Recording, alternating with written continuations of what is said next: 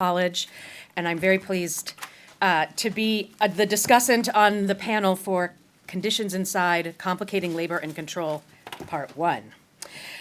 So first up, we'll have Rachel Ellis, an assistant professor of criminology and criminal justice at the University of Maryland, and then Michael Gibson Light, assistant professor of sociology and criminology at the University of Denver, and Naima Khalifa, postdoctoral fellow in geography and African American Studies and African and African American Studies at Dartmouth College.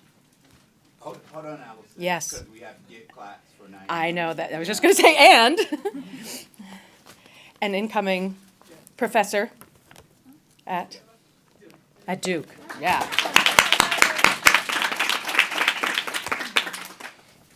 Thank you.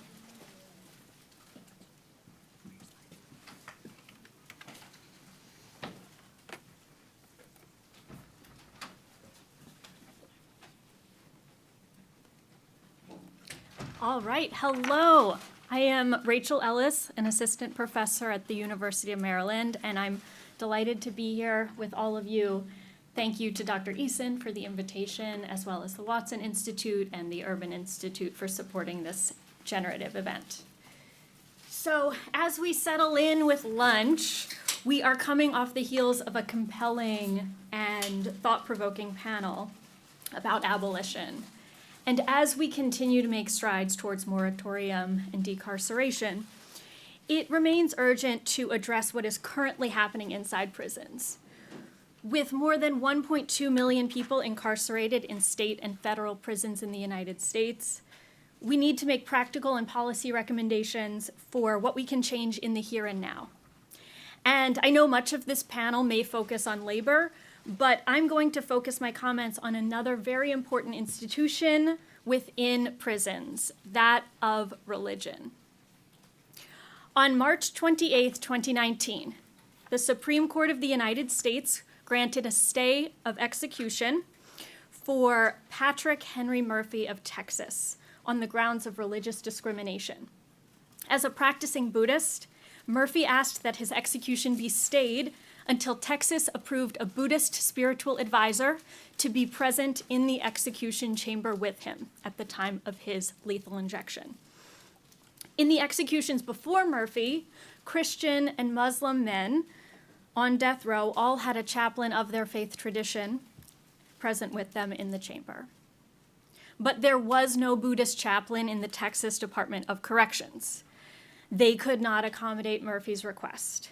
Instead, they offered that Murphy's Buddhist advisor, Reverend Shi, who had been ministering to him for the past 6 years, could instead observe his execution in the viewing chamber. The Supreme Court found this unacceptable. In dicta, Justice Kavanaugh wrote that governmental discrimination against the free exercise of religion violates the Constitution. He proposed 2 potential remedies. 1, allow all religious advisors inside the execution chamber. Or 2, allow no religious advisors in the execution chamber and relegate them all to the viewing room. The unconstitutional part is allowing spiritual advisors of some religions in and not others. The Texas Department of Corrections may choose that second option, no religious advisors in the execution chamber, because, as Kavanaugh wrote in his statement, quote, a state may choose a remedy in which it would allow religious advisors only into the viewing room and not the execution room because there are operational and security issues associated with an execution by lethal injection.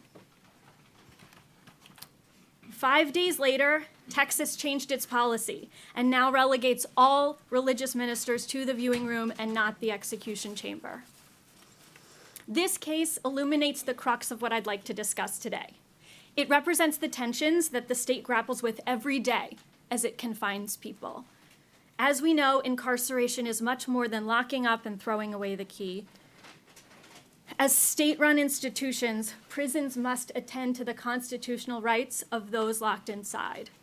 Debates around religious freedom in prison are a crucible for the interaction of competing rules and rights. My refrain in this talk will be, in the name of security. First, I'll take a moment to describe my own research and then the empirical basis for what I will later argue. I spent a year conducting ethnographic fieldwork inside a U.S. state women's prison that I call Mapleside. All names of people and places are pseudonyms. My research involved 12 months of observations and interviews with hundreds of incarcerated women and prison staff. The focus of my study was religious life inside prison. And my book on this topic was published last year. So, religion, why? Sure, lots of Americans are religious. Sure, religion can be a primary framework through which people make sense of their lives. But we're academics, so isn't religion some kind of peripheral, less important issue? In my research, I argue that religion is not a side issue, but rather central to the very foundation of punishment. Think Christian reformers shaping prisons as we know them, the penitentiary, penitence. I'll leave it there for now. But more than that, religion tells us something really important about how state power operates on the inside. Why? Because religion has a specially protected place in this country, unlike most other prison rights, for two reasons. One, the inalienable right of free exercise of religion under the First Amendment. The other comes down to the RLPA, rolls off the tongue. The Religious Land Use and Institutionalized Persons Act of 2000, which is current law, mandating that states accepting federal funds for prison operations should create no burden to restrict the exercise of religion in prison, unless in furtherance of a compelling governmental interest, and through the least restrictive means of furthering that compelling governmental interest. Compelling governmental interest is key in the name of security. So what is religious accommodation in practice? Personal property, the stuff and things, the ritual items of one's faith tradition, a rosary, a prayer mat, a kufi, a prayer shawl. Communal activities, one worship service and one scriptural study each week. Mass and a Bible study, Jummah and a Quranic study. Grooming exceptions, being permitted to grow a beard or to wear a hijab or khimar. Work exemptions, such as not working on holidays or rest days. And finally, special diets like kosher and halal meals. And it varies by state. Here's a memorandum from the Tennessee Department of Correction showing the ritual items permitted based on religious affiliation. At issue is that the RLPA is subject to compelling state interests. As Kavanaugh wrote regarding Murphy's stay of execution, quote, "The state has a compelling interest in controlling access to the execution room, which means that an inmate likely cannot prevail on a RLPA or free exercise claim to have a religious minister in the execution room as opposed to the viewing room, in the name of security." My question for Kavanaugh and for the policymakers here today, whether in person or over the web, would be, why is having a Buddhist advisor a security issue, but it was never an issue with the imam or the Christian chaplain? Is it really security? Or is it security, the cloak, protecting the state's precious discretion underneath? Here's where my research comes in. A strength of qualitative research is that we can see what's happening in real life, how what's written in the books plays out in everyday life. What I found is that when prison officials accommodate religious practice, they oversee it. They get to dictate what is allowed and what is not allowed. And it can lead to real inequalities. And these inequalities are unacceptable when it comes to depriving people of their constitutional rights. The core issue is discretion fueled by the language of the RLPA, unless in furtherance of a compelling governmental interest. Almost anything can be so in the name of security. I'll share just a few examples from my research. When Jewish women wanted to complete the ritual lighting of Sabbath candles on Friday night, they had to ask an officer to do it for them because they are not allowed to handle an open flame. I observed as an officer declined to do so. She did not want to leave her post, even though she had just a few moments prior. Denied in the name of security. Muslim women wanted to fast for Ramadan. The accommodation was to be permitted into the cafeteria before sunrise and after sunset for meals. One woman's request was not approved because she had, quote, converted to Islam too recently. Denied in the name of security. A Wiccan group got shut down because they, quote, weren't taking it seriously. Denied in the name of security. Prison officials have decided that they are not in the business of enforcing religious practice. They are supposed to accommodate, but not enforce. In practice, though, it's difficult to accomplish one without the other. Take the kosher meal plan. There are regulations in some states to guard against perceived misuse of the kosher meal plan. For instance, in Virginia, anyone eating non-kosher food is charged 70 cents per meal if they signed up for the kosher meal plan, a steep price in light of prison wages. Mapleside instated a 3 strikes rule for Jewish women. If she ordered non-kosher items from the commissary or non-kosher food in the cafeteria line, after 3 times, she was permanently removed from kosher meal plan, no questions asked. There is no room for flexible religious practice. Fundamentally, it's a test of who has the final say. Religious freedom meant to be protected, separate and apart from governmental rule, or prisons, state power. Decidedly, it's the latter. We are talking about the state's coercive arm casting a long shadow over the other rights it purports to protect, with religion being a key example. So, how do we move forward? I have 3 recommendations. As we saw in the case of Patrick Murphy in Texas, unfortunately, the solution to inequality has been to remove rights. Muslims in Virginia filed a lawsuit against a Christian God pod that offered better housing and privileges based on religious affiliation. As attorneys for the Council on American Islamic Relations said, people incarcerated in this country do not lose their right to practice religion. All incarcerated individuals in our country deserve to be treated well, not just those who sign up for a Bible-based program. The solution for the Virginia courts? Not better housing for all, not more freedoms within the prison for all, more dignity. Instead, no more God pod. As I hope I've made clear, taking away rights in the name of equality should not be the solution. Thinking about prisons as a state institution like any other, like public schools, we know that states are responsible for certain aspects of the care of their wards.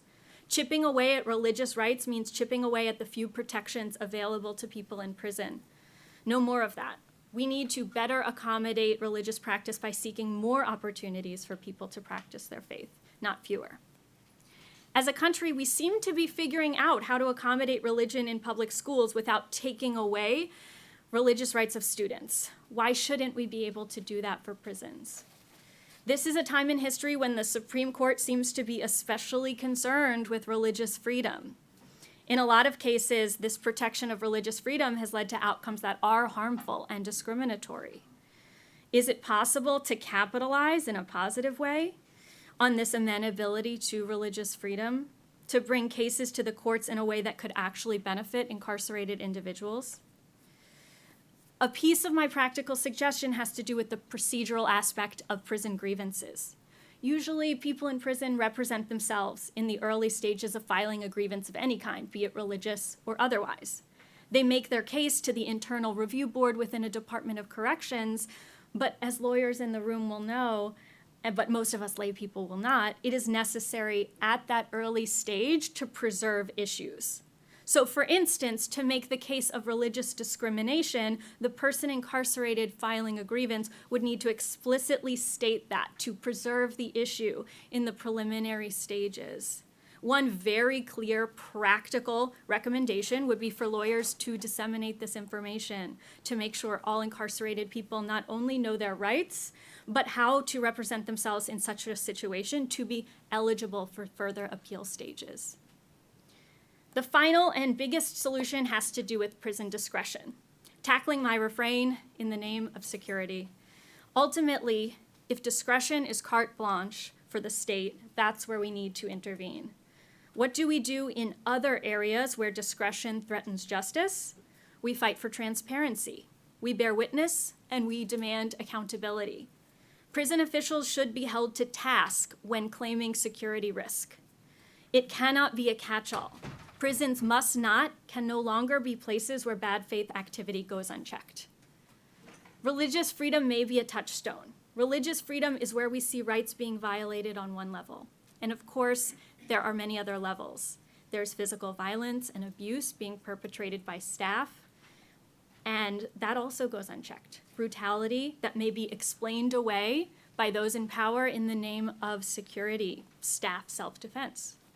We need to start treating prisons like the public institutions that they are, demanding greater accountability, demanding free exercise of hard-fought rights. Thank you.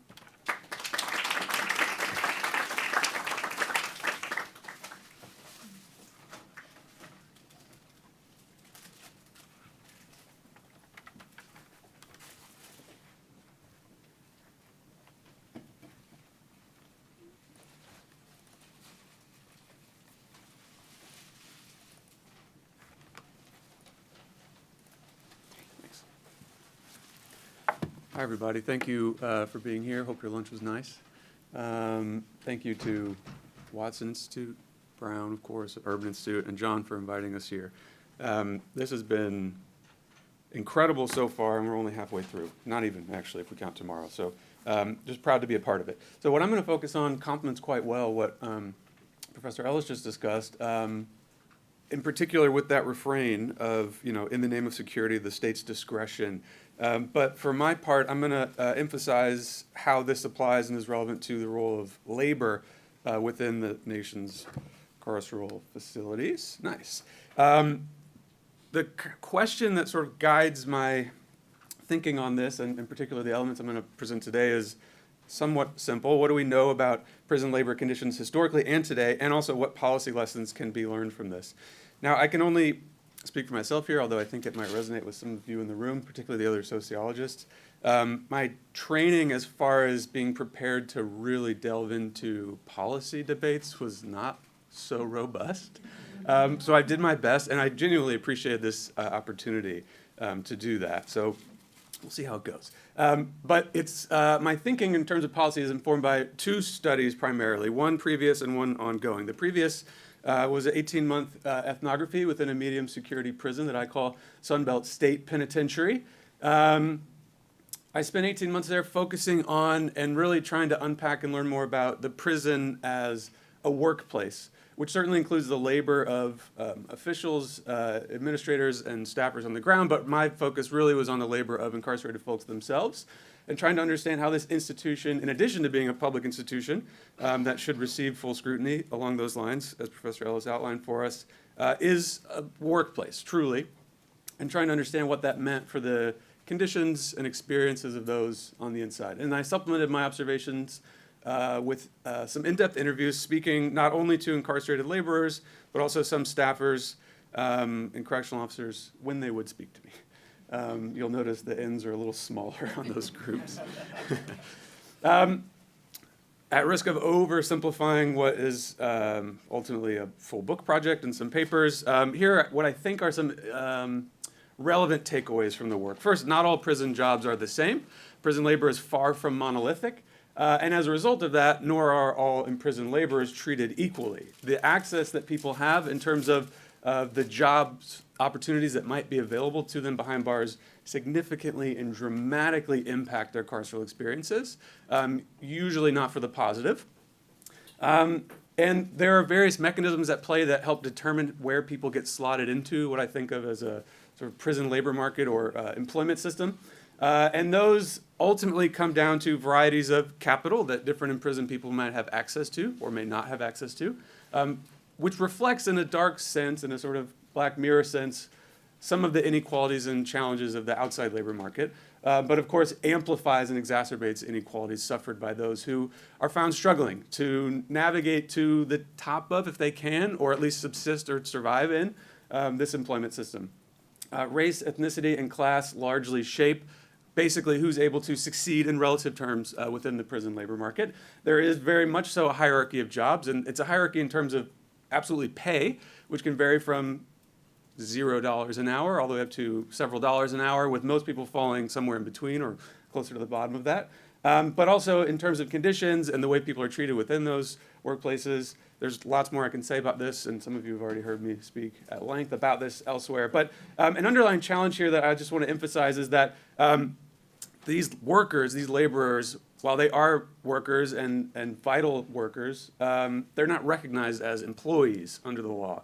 That's where some of my policy thoughts are going to come in.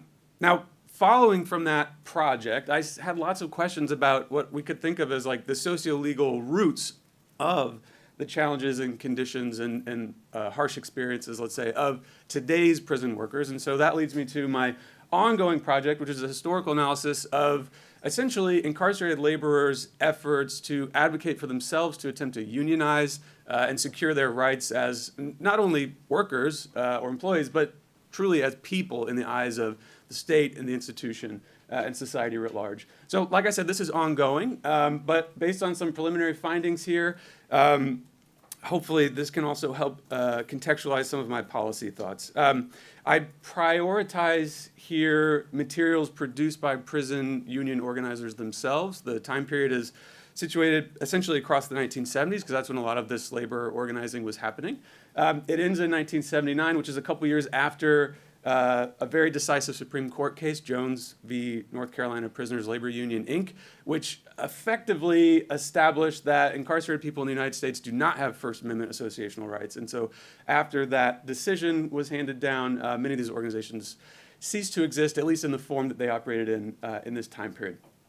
So I'm drawing from primary materials of these organizers themselves to try to better understand what they were fighting for, how they were doing it, what they prioritized, and how they engaged with various other relevant actors in the penal field, let's say.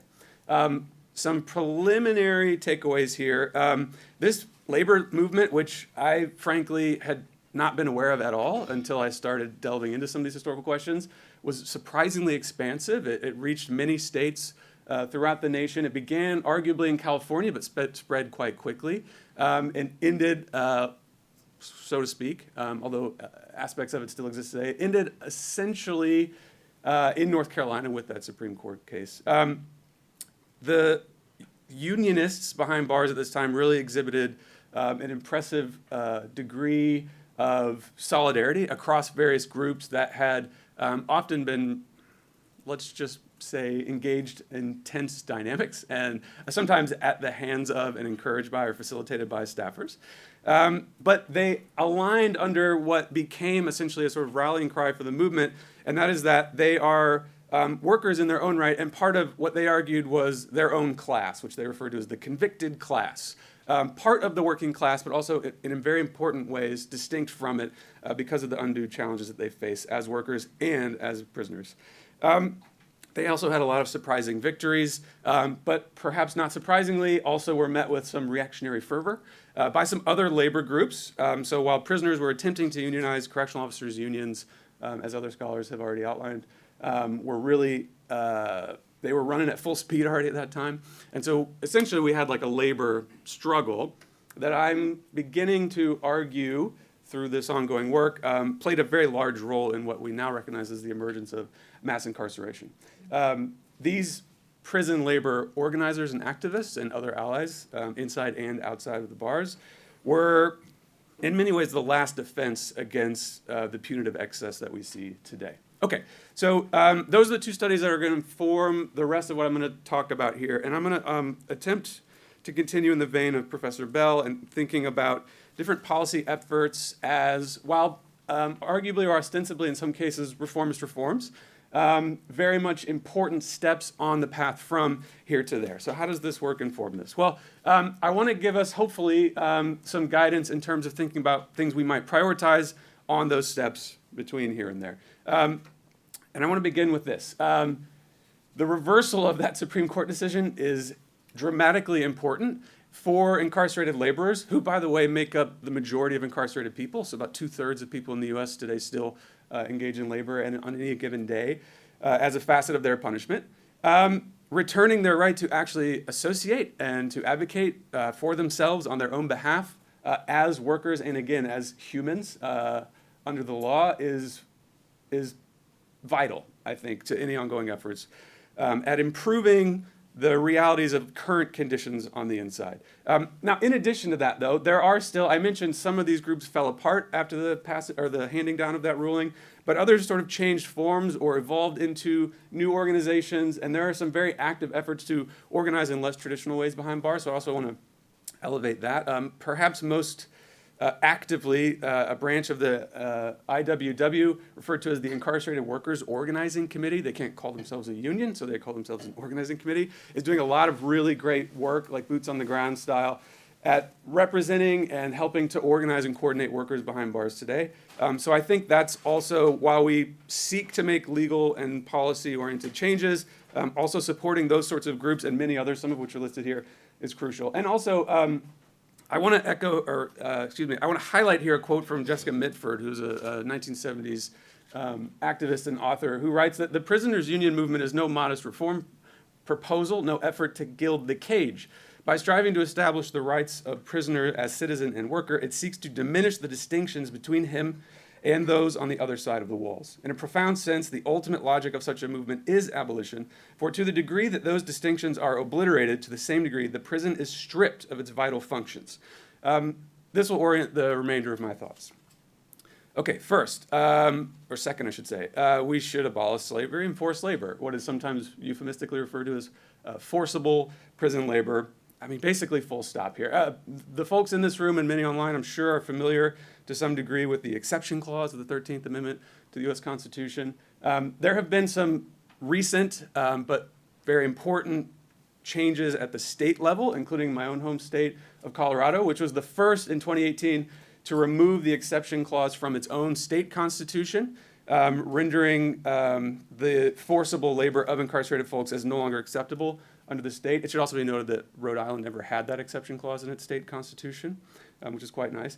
Colorado was followed quickly soon after, over the ensuing several years, by other states. I also want to highlight the high percentages here. These are the percentages of support from the public on these different ballot initiatives. And as you can see, and this gives me hope at least, these are popular changes. It was a close call in Oregon, but otherwise, these are very high numbers, 60s, 70s, 80s, in terms of percentages. But the passage alone, Colorado here being a key example, is not necessarily, right, the change in and of itself. And so the organizing continues in Colorado. There's some major cases against the state's Department of Correction and the governor's office for basically not respecting the will of the voters and continuing to compel people to work as a facet of their punishment, in spite of the passage of this amendment. So it's an ongoing struggle, in which I'm doing my best to participate. Okay. The hands-off doctrine, this is going to definitely speak to Professor Ellis's refrain here, needs to be dramatically changed. There's a series of legal decisions in the 70s and 80s that really established the precedent that, in the Turner v. Safely case, I think sums it up quite well. This quote here, when a prison regulation impinges on inmates' constitutional rights, the regulation is valid if it is reasonably related to legitimate penological interests, to compelling governmental interest. So the discretion of the state here remains quite at the forefront. And so, well, this needs to change. In addition, oversight is kind of crucial here. Just like I said, not much of a policy guy, but did my best to brainstorm here. The grievance process very clearly needs to be improved behind bars across states and in most carceral facilities, all carceral facilities. But also, I began to get curious about, like, well, what are the pathways, and I don't know what they are yet, to establishing something similar to, like, the court watchers, the cop watch programs that we have overseeing other arms of this, punitive state series of institutions, and is there a way to make such a thing possible within the prisons? I hope that there is, and I believe that there is, but maybe I'll rely on some of you all to help figure out what that might look like. Okay, against the prisoner exception. Prisoner exception here referring to the fact that under the Labor Department and other governmental institutions, prisoners themselves are not regarded as employees. As a result, they're not protected by virtually any of the standard labor rights and protections that those of us currently on the outside benefit from. This includes the Fair Labor Standards Act or the National Relations Act, which don't exclude prisoners in their wording, but the courts have continually refused to apply the standards outlined in those acts to the work conditions suffered by folks behind bars. OSHA considers prisons to be outside of its jurisdiction. Many Social Security benefits and protections are denied. There's a whole host of problems that come along with this. So I think on our path from here to there, these and other hurdles to the safety and well-being and fair treatment of this vital workforce are very important. Lastly, I want to highlight, and this is really drawing mostly from my historical work, which is ongoing, the crucial role of inside-outside networks and allyship. The successes that those historical labor unions behind bars, what they were able to win was in many cases only really possible through collaboration between folks inside and outside who could help advocate for them. And I think we need to keep that at the forefront of our mind. These can be as simple as opening lines of communication to folks outside so that they can actually get the word out about what they're going through, as well as other forms of demonstration or protest in solidarity. Many of the organizations I listed earlier are listed here. Again, it's basically the same list because they're doing a lot of this work and they're helping facilitate these sorts of crucial connections. Divestment action, and I learned at dinner last night that there's a lot of this going on here on the campus in which we're currently situated, is crucial. And there are various forms of boycotts at group and institutional and organizational and individual levels that people can engage in order to help these larger efforts. So these are essential workers who are incredibly vulnerable. Just to echo a piece from a couple years ago that Professor Ellis wrote, during the height of the COVID pandemic, these were workers who were being tapped to produce life-saving PPE, hand sanitizer, even in many cases when they weren't legally allowed to use those themselves. These items were often considered contraband. They were literally saving lives of people outside while they themselves were suffering from some of the highest mortality rates, the highest mortality rates throughout the country. We're also in the midst of a moment, let's say, in labor and support broadly, nationwide, for organized labor. And these workers have, to date, at least, not typically been included or considered in these sorts of discussions. And I think that it's crucial that they are for various reasons, including a couple that are listed here. Finally, again, returning to the topic of allyship here, all of this sort of organizing, everything we can try to do as academics, as other activist-oriented folks, as everyday people, everything we could and should and hopefully will do needs to happen in collaboration and in solidarity with people who are currently incarcerated, because as soon as they're left out of these conversations, we're pretty likely to make a wrong turn. So I'll just leave it there. Thank you very much, and enjoy the rest of the conference.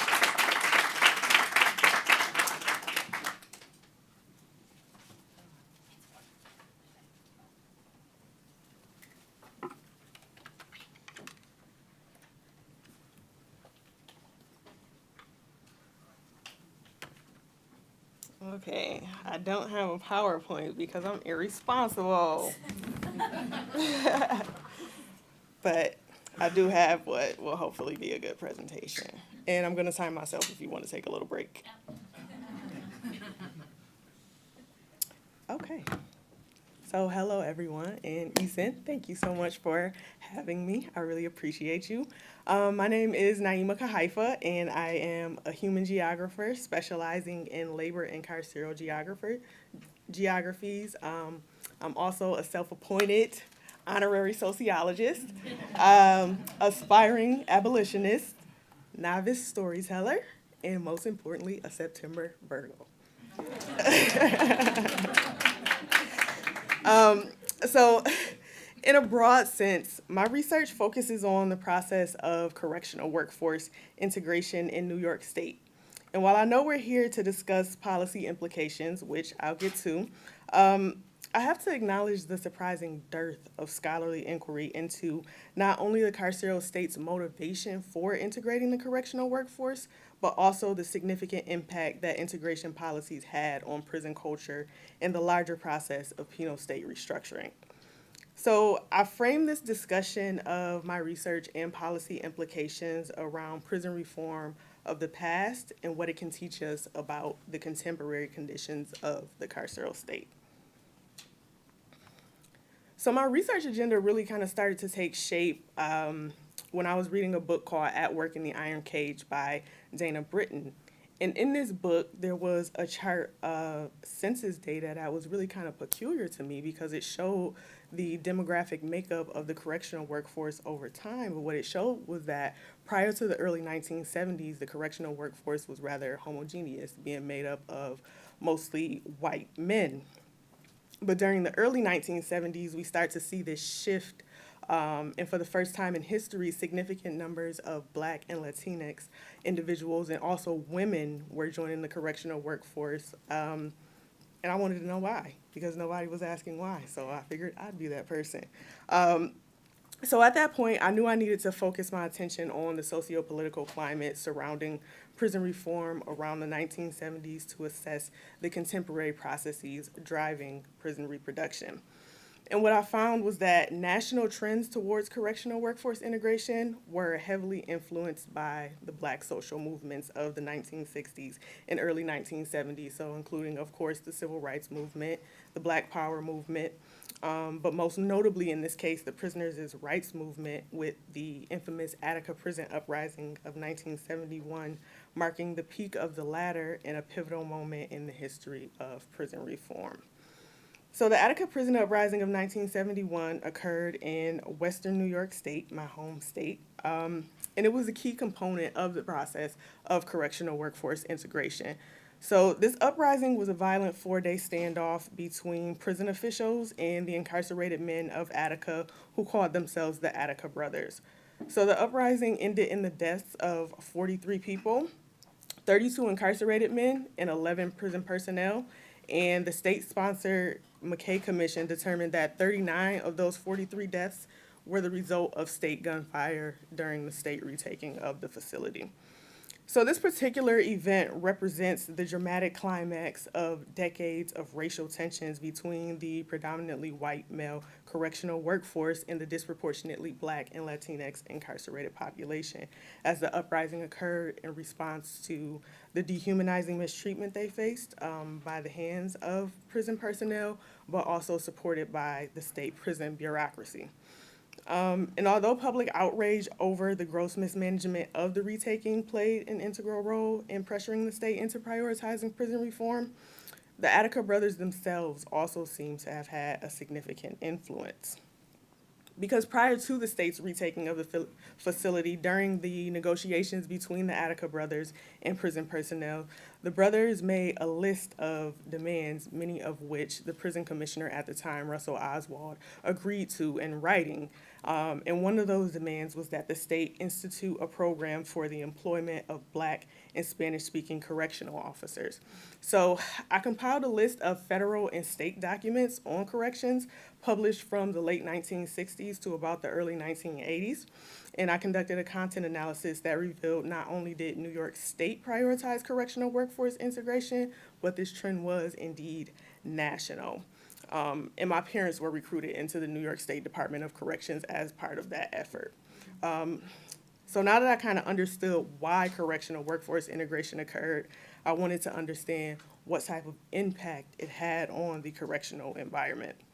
So to garner some insight on the impact of correctional workforce integration, I conducted 39 life/occupational history interviews with mostly retired Black correctional officers in Buffalo, New York.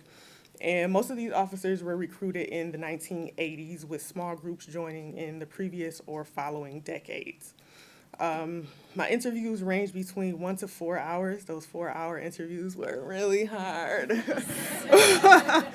but I was able to get through them. And I've assigned pseudonyms to each participant to protect their privacy and also that of the incarcerated individuals who they interacted with during their careers. So what I've done here is analyze some micro-level encounters between Black COs, their coworkers and supervisors, incarcerated individuals, and the prison system itself.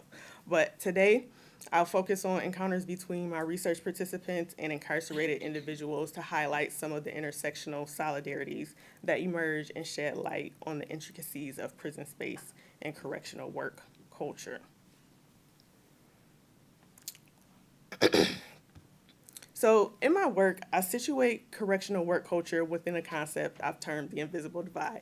And I'm so sorry. I tried to stay away from the theory building that I was doing in my work, but couldn't do it. So, but I did cut it down. Okay. But the invisible divide refers to a series of unspoken boundaries that my research participants established and reinforced at work in order to maintain the fragile equilibrium that characterizes and reproduces prison space. So these boundaries allow officers to maintain a safe level of mental, physical, and emotional distance from the incarcerated population on a daily basis, but possible consequences of breaching this divide include the threats of job termination, escapes, physical violence, and even deaths in extreme cases. My participants also introduced me to this idea that they call tipping the jail, which basically means to cause a riot, and they describe this as the ultimate consequence of breaching the invisible divide. I also want to note that while prison is often articulated through the lens of violence and masculinity, my analysis in this particular context focuses on individual encounters that show a different side of prison, a side that problematizes the idea, which was my own idea to begin with, but it problematizes the idea of a stable or static divide between certain groups of officers and incarcerated persons. So specifically, I'm going to introduce an example where a Black CO intentionally and strategically breached the invisible divide by way of empathy and care work in order to meet the mental and emotional needs of a young Black incarcerated man. I also want to note that instances where officers decide to strategically breach the invisible divide build towards another concept that I call carceral kinship, which derives from notions of fictive kinship and community policing in the sense that certain COs form familial-like bonds with and networks around incarcerated individuals who they believe have the potential to leave prison and conform to outside society's idea of like social norms. And while I argue that prison can be a site of care work, I want to note and make it very clear that I'm not attempting to romanticize the fact that prison is an inherently violent, masculinized space where incarcerated individuals are virtually powerless against individual and institutional forms of violence. To the contrary, several of my participants actually shared examples of violence that they not only witnessed, but in some cases admittingly participated in. So the narrative that I'm going to share with you all today is from a section of an article that I got an R&R on. Thank you. It's called, the section is called Carceral Violence and the Impossibility of Care. And I've decided to highlight this particular narrative because it's one of the most jarring stories that was shared with me, but it also sheds light on the racialized violence that Black COs watched happen to young men and women who they shared racial identities with and also kinship bonds. So this is one of several instances that informed Black COs' perspectives on the prison system, perspectives that were extremely critical despite the fact that their livelihoods depended on prison proliferation. So these stories, we talked about this earlier, these stories humanize the work that we're all doing here because as Ta-Nehisi Coates reminds us, you must always remember that the sociology, the history, the economics, the graphs, the charts, the regressions, all land with great violence upon the body. So in this one tragic example, retired CO of 26 years, Brian Harris shared a story of Willie Baker. And Willie Baker is this person's real name because his story is a matter of public record. And also, I wanted to honor him in that way by using his real name. So Willie Baker was an incarcerated teenager who never got a chance to return home from prison. Brian, the officer that I spoke with, was working as a new drill instructor in Lakeview Shock Incarceration Correctional Facility, a minimum security prison for men and women, so it's basically a military boot camp style incarceration for nonviolent offenders. So one day while finishing up a shift, Brian noticed someone crying in front of the mess hall. It was Willie Baker, a kid Brian described as physically dominating at what he thought was only 15 or 16 years old. Brian described Willie as, quote, muscular, just like a linebacker, end quote. He said he was big as me, so he approached Willie and asked, "Why are you crying?" And tearfully, Willie responded, "I don't like it here. They riled me up and just said I had a drug problem. And the next thing, they took me to Rikers. Now I'm here, and I don't like it here. I don't want to be here." So Willie's youth and observable vulnerability engendered a paternalistic bond with Brian, who responded to Willie, "Don't worry, son. I'm going to get you out of here and back to your grandmother." Now, Brian admitted to me that this type of interaction breached protocol, but he felt compelled to intervene despite crossing the invisible divide to connect with Willie. So he reassured Willie that he would be his drill instructor for boot camp starting on Wednesday, and he ended their conversation with, "I'm going to get you back out of here and back to your family in 6 months." Brian learned later that his words of encouragement would never come true.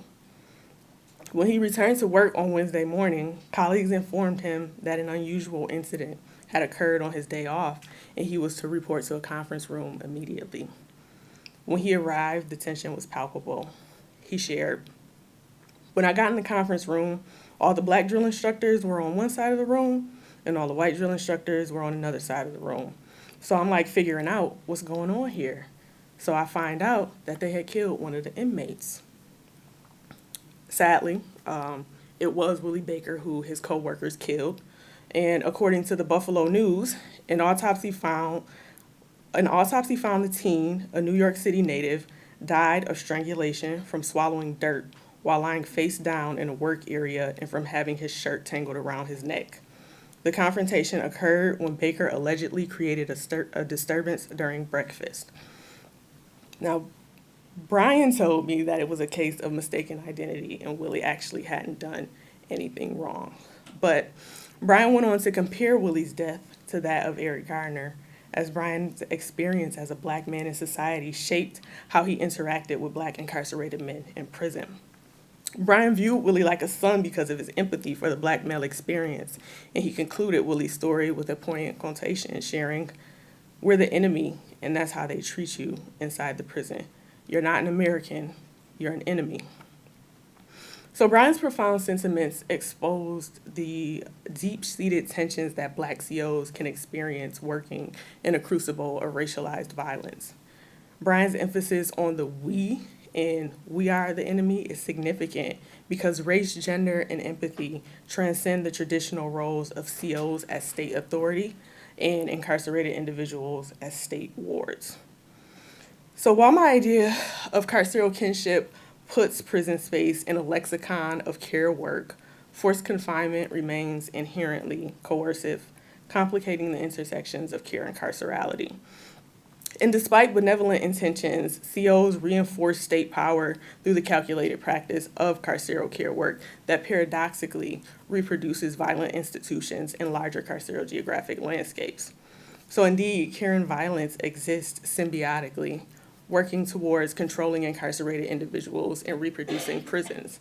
So for participants, the dichotomy of care and control engendered examples of carceral kinship ending in unconscionable violence and heartbreak. So the work that I've done up to this point is really an impact study of past prison policy. And the future of this work will be more tangible policy prescriptions.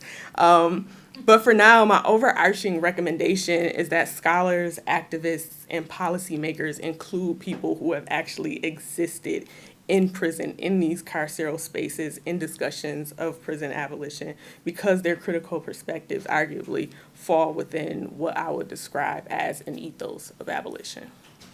Thank you.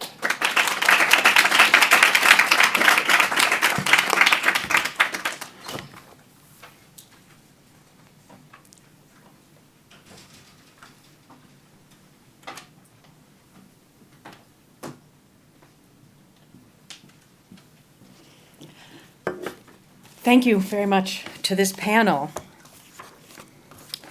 Raise a lot of interesting questions about improving conditions inside, if that's the right word for it,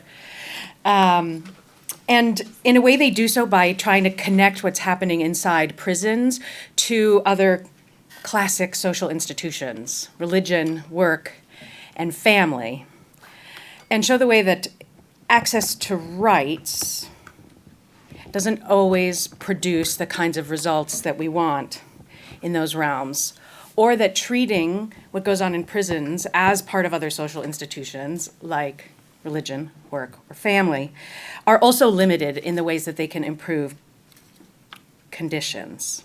And so I saw this sort of tension flowing between questions about rights, control, and care, and the attempts of various reformers, activists, to try to access better conditions through rights always runs up against the wall of security, as Professor Ellis pointed out to us, and that the compelling state interest in security tends to trump questions of rights. But rights can also potentially actually provide the opening. I think we see this, the opening for other problems, and we see this actually in our prior panel. So for instance, Professor Gurusami's research that suggests considering sort of gender and gender equality can open up space for actually forms of undermining rights. And it's partly how we conceptualize those rights and the work that we ask that to do for us that matters. Another feature of thinking about this might be a way to conceptualize it as the quote that Professor Gibson-Light raised, which is the idea that you might try to close some of the distance between the people inside and the people outside, to sort of think about giving them access to the things that people outside have, which immediately runs into this question about, well, what do people outside have? I mean, we don't have a great reputation for our treatment of workers who are not incarcerated, which is not to diminish the special hardships of prison labor, but there's some limited leverage there, and there it might be. I think there might be some limits that Professor Ellis's research suggests about like using rights as leverage there, particularly when questions of security become the kind of the wall against which you cannot, use rights. And repeatedly, we see this in the research. Another question might also be like a matter of categorization. Like if you see it as labor and not as sort of some penological practice, then maybe rights became easier to access. What counts is religion, for instance, which seems to be actually part of the discretionary problem that some of the prisoners you studied run into when security officers don't take their religious practice seriously or don't count it as religious. I think about how the scholars of religion would be so dismayed at the very limited conception of what counts as religion that you explained to us. And so this leads us absolutely to now Professor Kahefa's research about the people who are doing this work, who actually have to balance the rights, care, control, as well as their own workplace interests as laborers themselves, both for their personal sense of identity as workers and the practical dimensions of following your job rules so that you don't get in trouble. And they have to balance these questions, and you can see the motivation to care very much in some of your research. And I think that is a very, the way that coexists with the use of harm and the way that coexists with extensions of control seems to come up repeatedly throughout the course of the day. So we have attempts at increasing care, at meeting needs, even treating people as rights-bearing, often end up in increasing forms of control. And so this seems to be one of the tensions that we keep circling around today. And I think thinking about how people on the ground do it is really important, not because they're always doing it right, but because they have some insight into how to balance these and how people are actually thinking about what counts as religion, what forms of care are needed, and the way that sometimes extra punishment or extra forms of control get construed as forms of care. So for instance, I could even see prison labor being reconfigured as forms of therapy, treatment outside in the sort of community correctional context. There's a lot of labor used as therapy, and that doesn't always work that well. And strangely, this sort of like, there's, at the same time, people often want access to these, to work, both for the way that it's lauded socially, because people want experience, to avoid the crushing boredom of being incarcerated. So one of the questions I had was how people navigate the sort of like the oppressive features of these systems, but also the importance of them to sometimes to the people who are involved in them. So I thought that especially about the workers in prisons who, at least it's not uncommon for people to wish that there was more work to do, that they had more opportunities, even if they are not fond of being paid 5 cents an hour or whatever it is.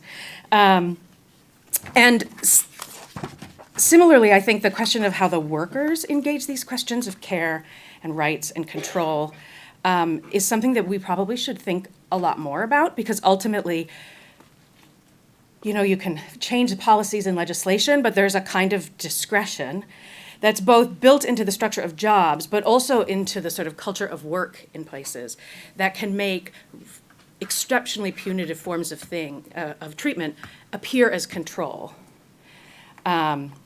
Or appear as care. And I don't think we fully understand how people navigate those things. And treating the people who do that also as workers seems like a key dimension for thinking about how they make these decisions about whether the Wiccans are serious, for instance, or who has a drug problem, or why someone might be acting out. So on that note, I will wrap up because I want to leave enough time for questions. So.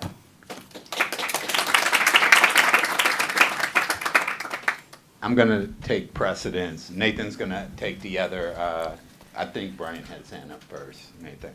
I wanted to ask, given the themes that we've been dealing with, I wanted to ask Naima specifically, because race has really come in full born on your topic, and looking at the workforce, the change in workforce, or diversity writ large, but thinking about not only who's working in correctional facilities, we know where they go, that they're going to communities of color, rural communities of color, but thinking about where you left it, with given that complication, how does the ethos of abolition really look, given how we typically the 20 or 30 years of how we framed abolition as work that was against racism, right?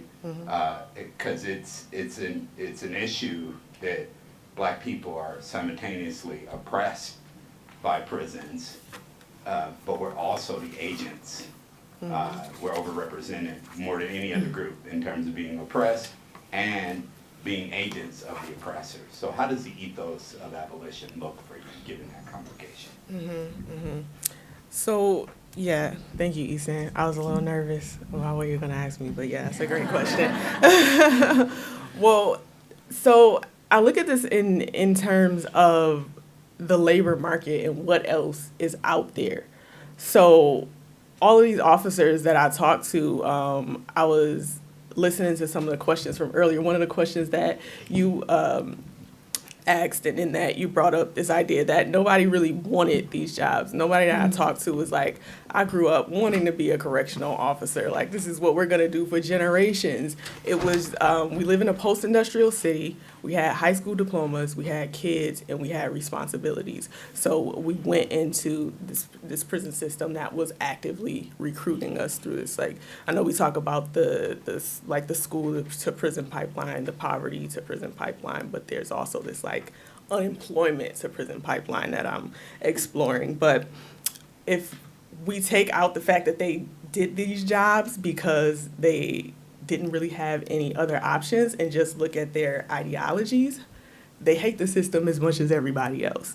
And they see that it needs to be deconstructed on a level that I think might even be deeper than us because they've been inside and they've seen these things. So I'm saying that I think they need to be a part of this conversation because even they share with me their critical perspectives on the system, and I forgot where I was going. Yeah. The story was heavy, So that It may was a be- super- The story was really heavy, so if you need a And second. it was one of many.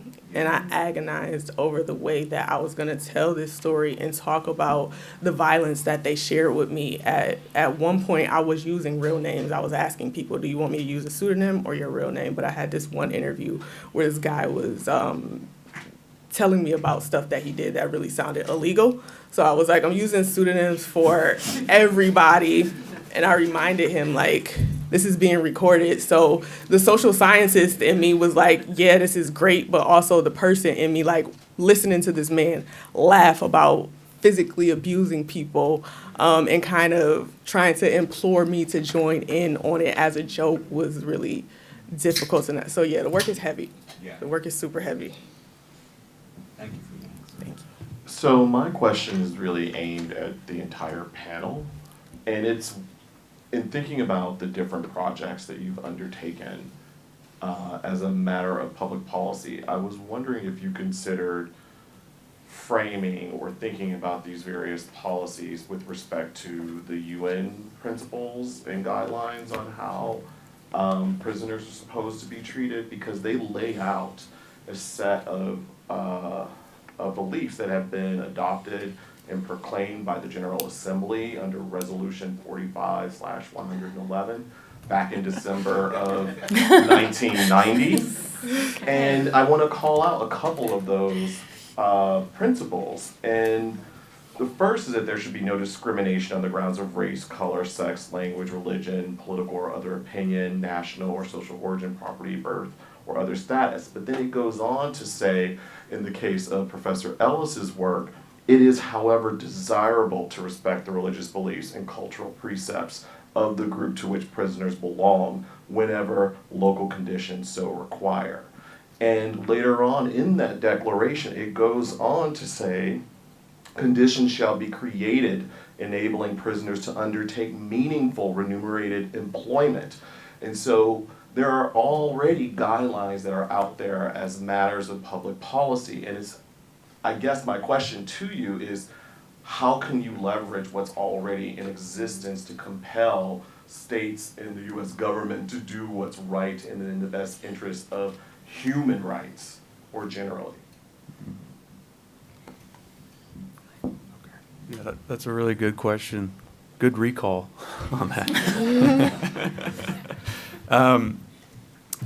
The aspect of UN principles that I've grappled with the most is even older than that, and it comes from the UN's International Labor Organization's conventions against forced labor in various forms.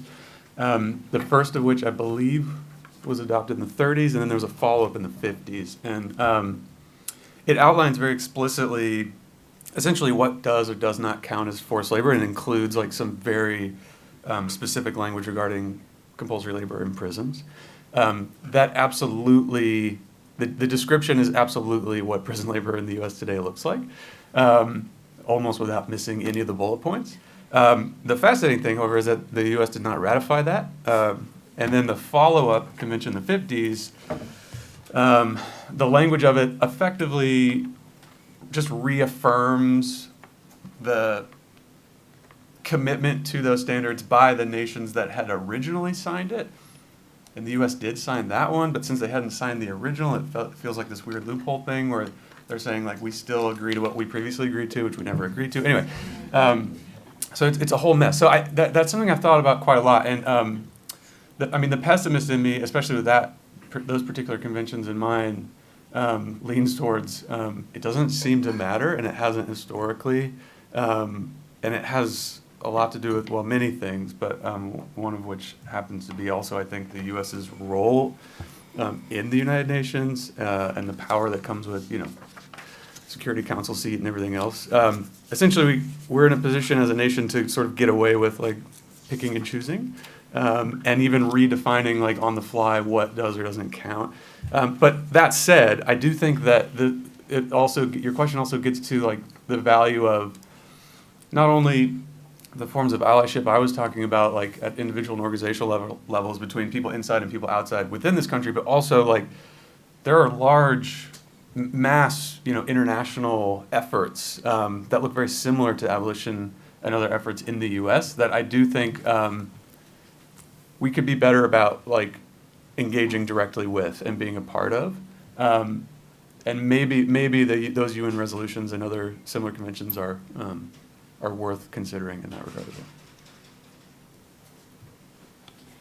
So I had a thought on that. Can I share as well?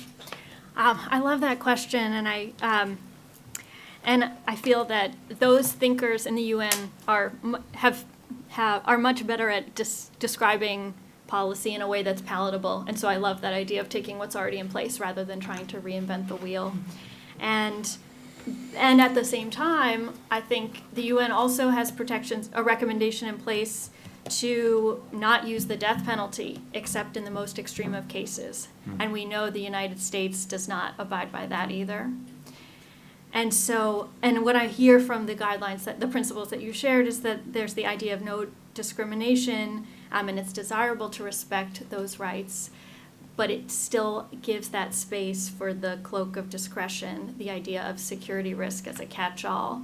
And so I'm not sure how policy-wise to get around that, and I'd love to hear the ideas of those in the room who have some thoughts on whether we could ever, as Dr. McKim points out, whether we could ever work against the idea of security risk as that trump card.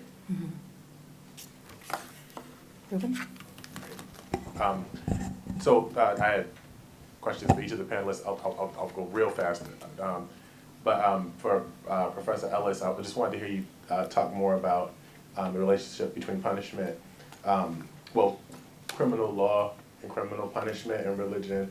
And so I think what you're offering gives us a way around what I see in the sociology of religion as an emphasis on the kind of milquetoast side of religion that they call civil religion.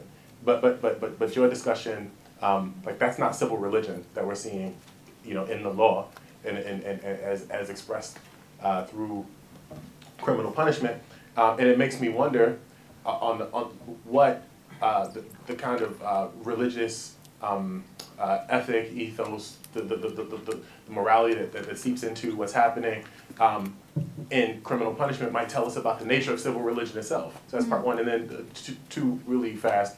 So Professor Light, you got me thinking a lot about the relationship between guards and folks on the inside, residents of penal institutions. And so it makes me think about the work of Nika Jones Tapia from Chicago Beyond, who's doing really important work bringing union folks who run guards unions into conversation with formerly incarcerated activists to talk about their linked fate, And so I wondered if you could talk more about the relationship between guards and prisoners, precarity, and also their needs. I've seen some discussion about this in relation to, for example, college access to prisoners, and guards are salty because they're like, yo, we can't send our kids to school.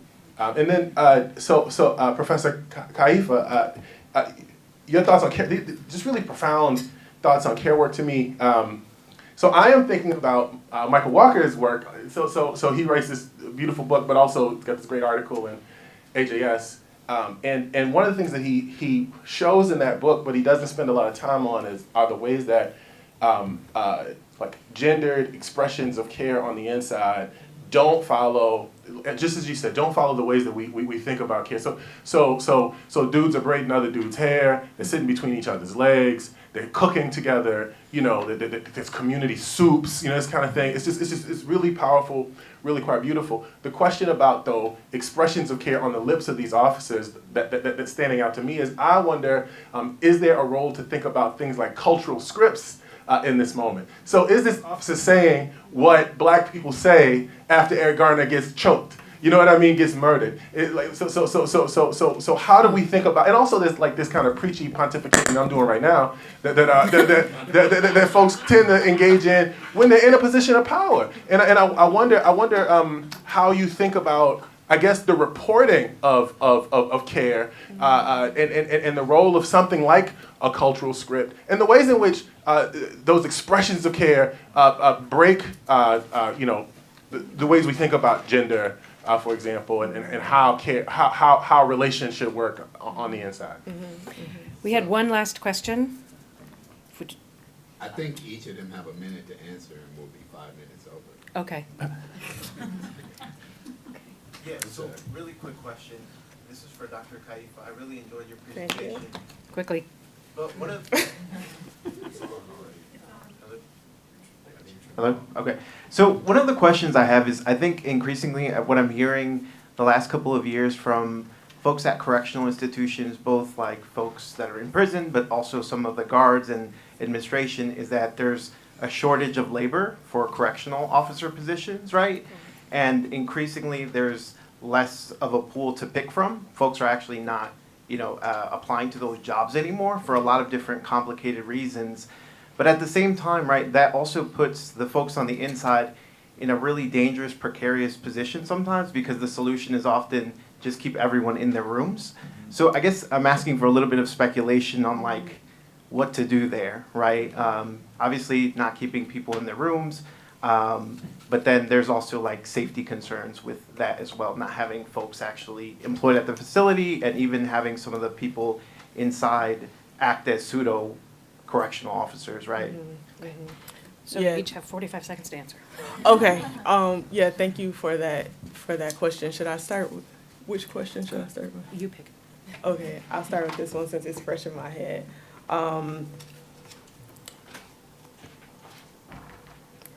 Yeah, so I did kind of this is like a more of a historical narrative that I've compiled, because I was talking with mostly retired correctional officers, so I have a view of the system in like the 80s, the 90s.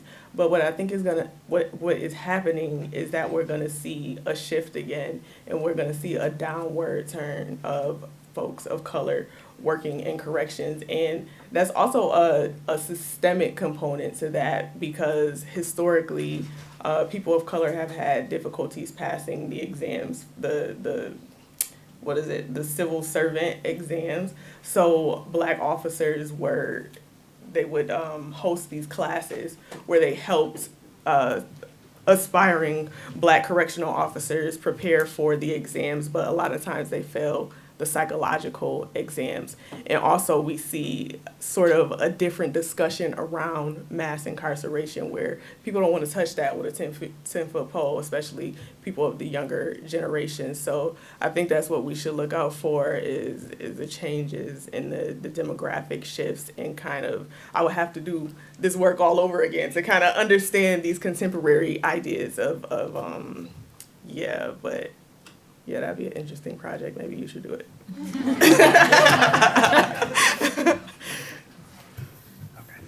Thank you for that question, Professor Mill. It's really good insights, and I want to talk to you more about this later. But given the brief time, some first things that come to mind. Many of my staff participants, and amongst the interviewees, as I highlighted, they weren't very numerous, but some of them would often use language and say things like, it's like we're locked up here too, when referring to a variety. Yeah, that's fair. Yeah, yeah, it's laughable, right? Yeah, yeah, it's like people during COVID lockdown talking about how it's like being in solitary. It's very troubling, but they would use that language quite a lot, because at least in the way they understood their time in the institution, like they were also suffering from some of the same things, although of course in very different ways.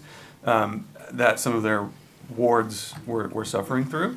And I always struggled and hoped that would, in some cases, in these conversations, lead to like an aha sort of moment on their behalf, but of course I tried not to impute that, where they might realize the reality of their linked fates, both as people within this physical structure, but also as laborers, again, given the focus of the work. But unfortunately, I never saw that. One of the sort of historical tensions that I'm seeing now in my current project that arises is it's a labor fight between these two groups of workers within the same buildings often.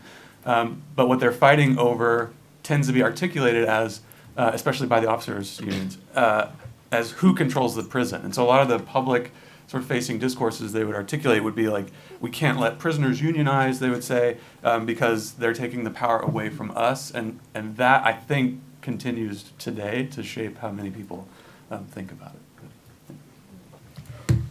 Okay, I don't have at all enough time to do your question justice, but I do think that your question zooms right in on the disconnect between how the state defines religion, how people define religion, how academics define religion, how religious leaders define religion.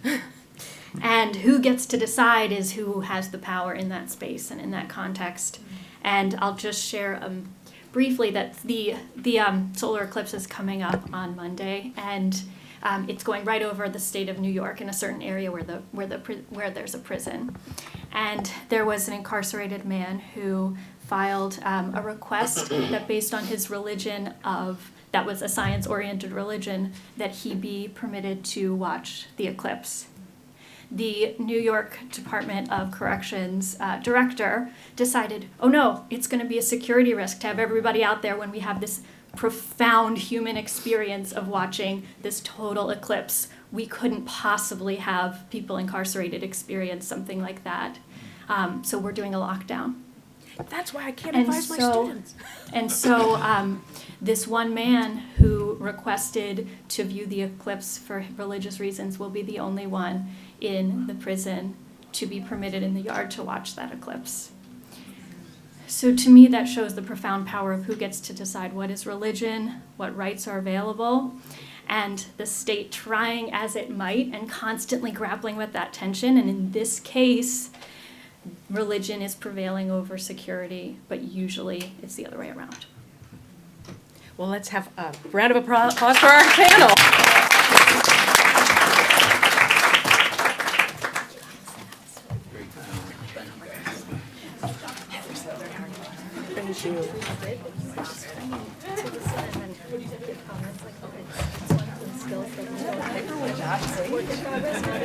Not paper with them, but we talked a lot and we're hopefully going to work on something.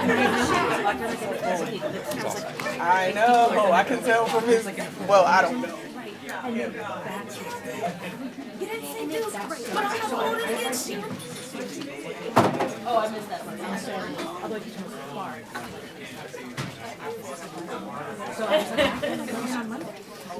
Wow. So now you know. Now I know.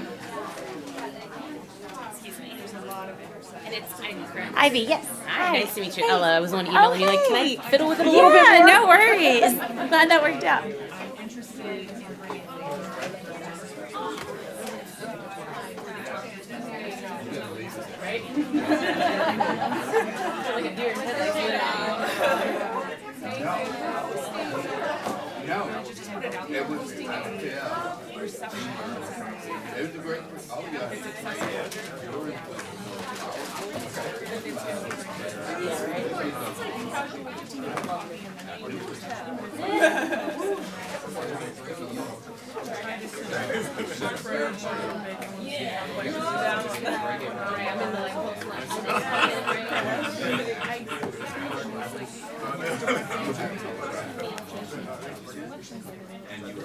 I don't have PowerPoint.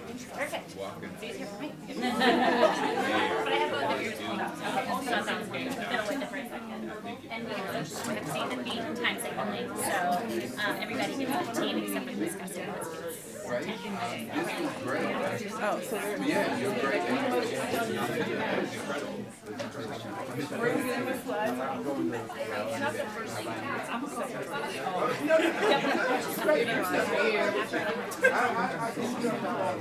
Okay, cool. So I can put my laptop up here.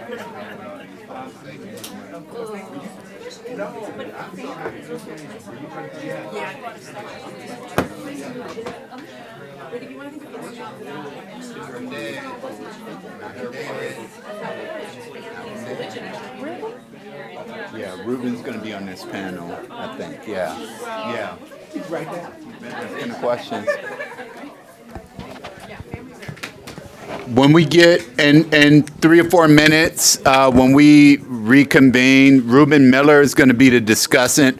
We've had to make some modifications to the program, given travel issues with travel, and also I want y'all to keep. I'll say this again when everybody's back in here. Some of our participants couldn't make it because of family issues. So I want you to keep them in your thoughts and prayers as well. So. Nice to see you as well. We got about 2 minutes, 3 minutes.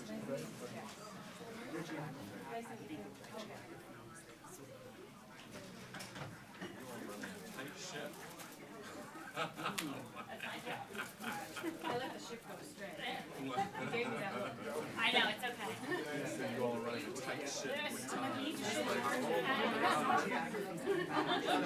can only do so much. You know, you're like, all right, we got it out there. Yeah,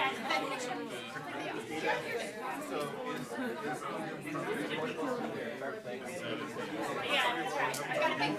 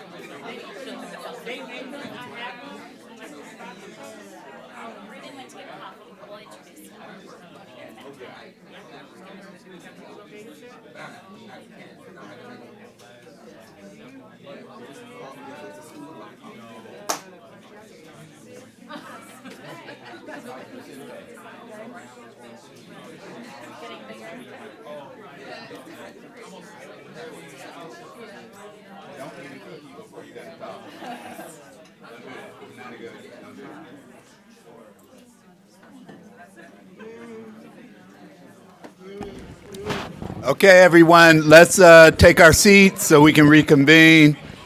I want to give y'all a break before dinner. Some of the elderly amongst us need a nap. And by the elderly, I mean me. Thank you all again for attending. You may notice that Michael Walker is not here today. Although Reuben Miller is tall and about the same complexion, you all look alike. All of y'all look alike. All of you, all with the shaved head. All of you look alike. So Reuben Miller is going to do his best Michael Walker impersonation by being the discussant on this panel, Looking Inside the Prison, Part 2. I'm going to have him come up and introduce his panelists, and then he'll have a few minutes to provide a discussion or his overview of the panel, and hopefully get us kicked off with some exciting discussions. So come on up, Dr. Miller, and introduce yourself. Thank you, thank you. Okay. All right, so this is the panel for conditions inside. My name's Ruben Miller. I'm an associate professor at the University of Chicago in the Crown Family School, which is the School of Social Work, and also in the Department of Race, Diaspora, and Indigeneity, and I'm a research professor at the American Bar Foundation. And so the panel now is our conditions inside, complicating labor and control. So we'll hear from Beatrice Betty Marquez. We'll hear from Gabriella Friday. We'll hear from Gabriella, thank you, Friday. So sorry, Sade Lindsay, and so we'll just start there. So let's start with Betty.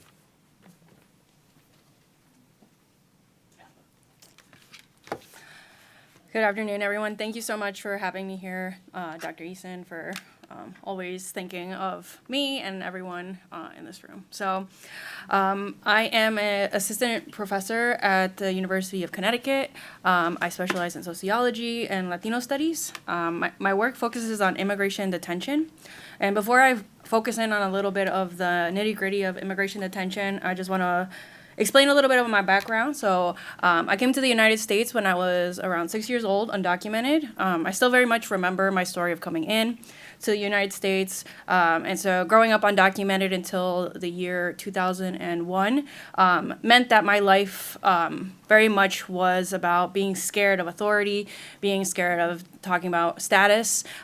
We were lucky in my family to have papers, documents, but many of my family members do not. And so a few years ago, one of my uncles got stopped in Dutchess County, New York, not very far away from here, and that ultimately led to his deportation. He spent about a couple months, about 8 months in Orange County Jail in New York, and he was pre-diabetic. When he left, he was full diabetic. He lost 30 pounds. He was not able to get any sort of status. The family had to resort all financial status and resources to him, but ultimately he was deported. He remains deported to this day. He has not been able to see his 2 children, and we have not been able to communicate with him sometimes, as he has ultimately fallen into his depression. So when it comes to immigration issues and detention, they're very close to me because they're something that, like many of you may know, it's a personal thing. And so when I got to look at all this data that I have, immigration detention is something that many of us don't get to know what goes inside. So I focus on what goes inside, not by, say, the people who are in there, but mostly what the legal documents say. Right, so the legal jargon is not meant for us to understand, but rather to obscure and to dehumanize. And so I focus on the aspect of my data from 2009 to 2022. I've been collecting audits, contracts, any sort of information that the ICE.gov website leaves, any FOIA requests that have happened. And in this time, I have found how audits, inspection reports from the Office of Detention Oversight often repress voices, often state what happens, but does it in a way that is meant to be a normalized factor of suffering. And so the enforcement removal operations are like sections that exist throughout the United States, and they're supposed to be a line of advocacy for immigrants, but how they function is that they often just hear these reports and nothing tends to go beyond that, right? So in the contracts, as we've kind of seen throughout in the morning, they are sometimes within these state jails, the county jails that are smaller. They're not meant to house people for more than, a few days, but many people end up working, end up being there for multiple weeks, sometimes months. The legal structure tends to increase the time that people are in there, so it means it exposes them to hazardous environments. And so when I look at this data that is huge, I'm talking about like thousands of documents that I have created a code book for. I'm working on several things to kind of make sense of it. I've looked at healthcare specifically and seen how healthcare practices in immigration detention operate in a way that normalizes death, suffering, and just represses voices. So when it comes to healthcare, immigrants often in these reports talk about not having those sick requests honored. Sometimes women express not having their reproductive health care met. We're talking about people having infections and dying from those infections. And so what I started to look at was that ICE doesn't necessarily prioritize anything but as long as a check mark is made in these reports. So if someone dies in ICE, that person is counted as a death. But if ICE contributed to that death and they die outside the facilities, they don't necessarily get counted. So we're talking about, yes, over 200 people within this span who have died, but there's much more deaths that have occurred outside of these facilities. So when it comes to healthcare, often people complain about not necessarily getting care that will treat their diabetes, high blood pressure. And so when we look at the population of people who are in immigration detention, they're majority Latino origin. The number of people from Central America who are now in detention has grown as well. And so having advocates to tell you what medical procedures are, it becomes kind of one of those things where people don't know what is happening to them. So we've heard earlier about reproductive health and people being sterilized. That's why those things continue to happen, especially within vulnerable populations like immigrants of Latin American descent. These death reports of people who have died inside of immigration detention find that nobody gets fired. The only time that I've seen some sort of like demotion was when a person in Adelanto facilities in California died out of multi-organ failure. The person who was a director just got demoted to assistant director. There wasn't any assistant director before. I tried to look for the pay scale, and the pay scale was the same. So there wasn't even, it was just a title demotion, completely honorary. And so there are facilities that are mostly dangerous, but I find in my research that there is no facility that is less dangerous than another. So when we think about some of the facilities up here in the Northeast, like the ones in New York, the ones in Massachusetts, they tend to also create systems that create and normalize violence against immigrants. And so death reports, also there was one person from Eloy detention facilities, that's the one near the Arizona border. And if we think about that, they're usually sometimes picking up people who have been in the desert, who have been already sick, dehydrated, and multiple deaths have occurred from dehydration to rabies to infections of cactus. So we're talking about things that can be immediately attended to. ICE does have the power to send people to the hospital, but they choose not to. And the reason why is that they have to maintain ICE custody the whole time. So the detention facility also conducts these audit reports, and that's when they ask questions about what's going on. Inspection reports are supposed to be a line of accountability. If you don't pass these inspection reports, you're supposed to lose money. But in the time that we've looked at these particular accounts, there hasn't really been any facility that has lost money. You just don't meet the standard, or you meet the standard with recommendations. And some of those recommendations are things like feed the people. Right, and you would think you would lose multi-million dollars because of that. There has been push from the community to stop funding these facilities, these contracts with county jails, and so on. However, because immigrants are treated within this like civil procedure, there is now less and less accountability in that way, because they're not really criminals, they're in the civil procedure, therefore they're kind of treated as like something different. In the reports, the detainee relations tend to interview people and ask them what they think about them. Usually these are volunteers, so they're going to be kind of asked questions in front of the people who work there. right?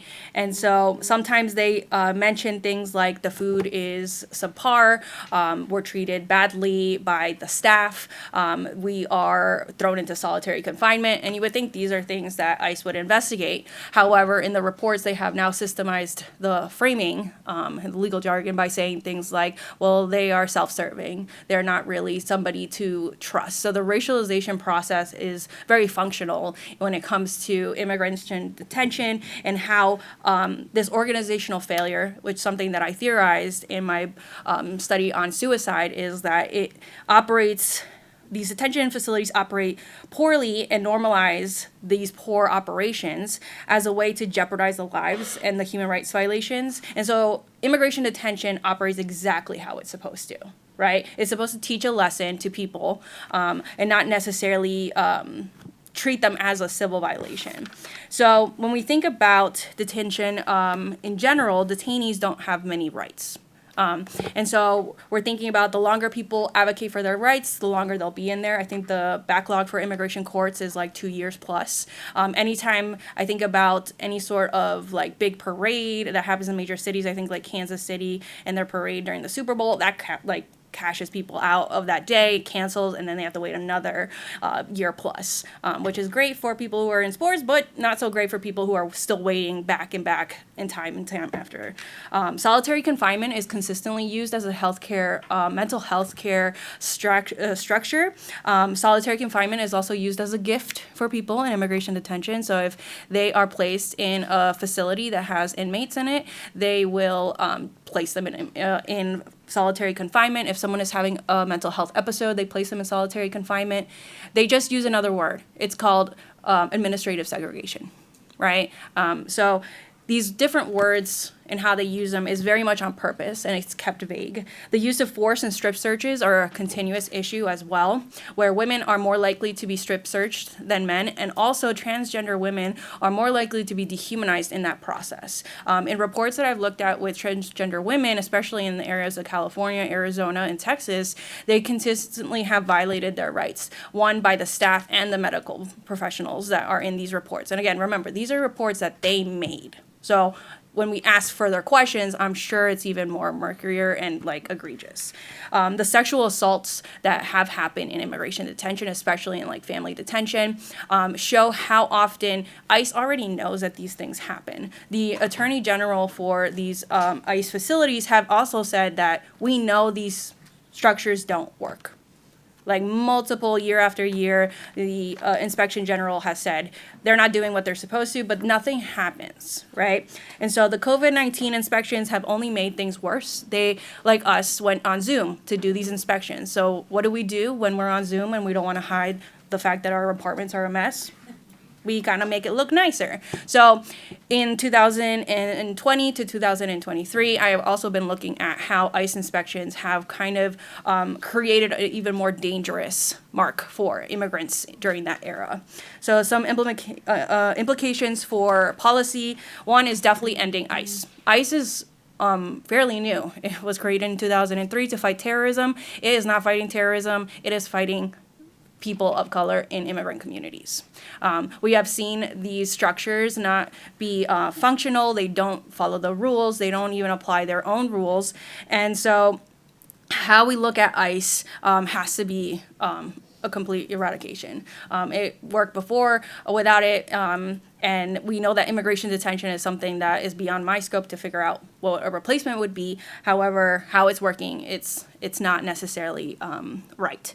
The restructure of the immigration system is another factor. We can't really talk about ending ICE without figuring out a revolutionary factor of how immigration law works. We've kind of discussed the criminalization, kind of criminal and immigration functions that kind of take the two together.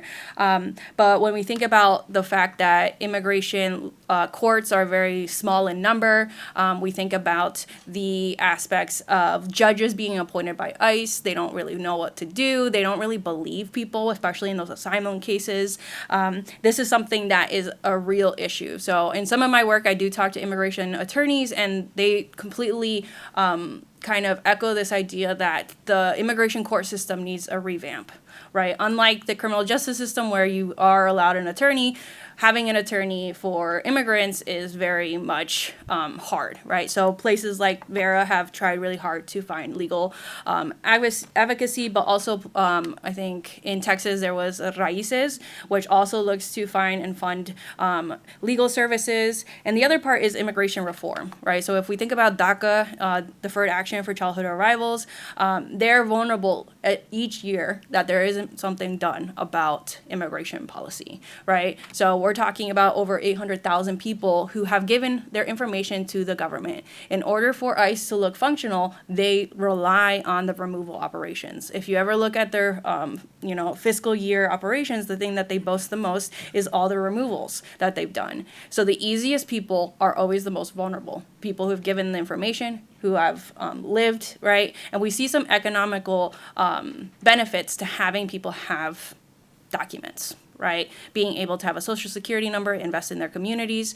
And some of the issues when we don't invest in our communities and rely on removal are places like Postville, Iowa, right, that deported their entire immigrant communities because of these factory raids, and they were in economic destruction in 2009, not just because of the housing crisis, but all the other things that happened as well, right? So one of the other things that I really focus on is telling the stories as well, right? So people who are in a structure of power to voice and figure out ways to work together. So it's not just like in the academic setting of just like talking about these things, but actually doing something. And I'm very open to suggestions and figuring out how to like figure out ways to make this better.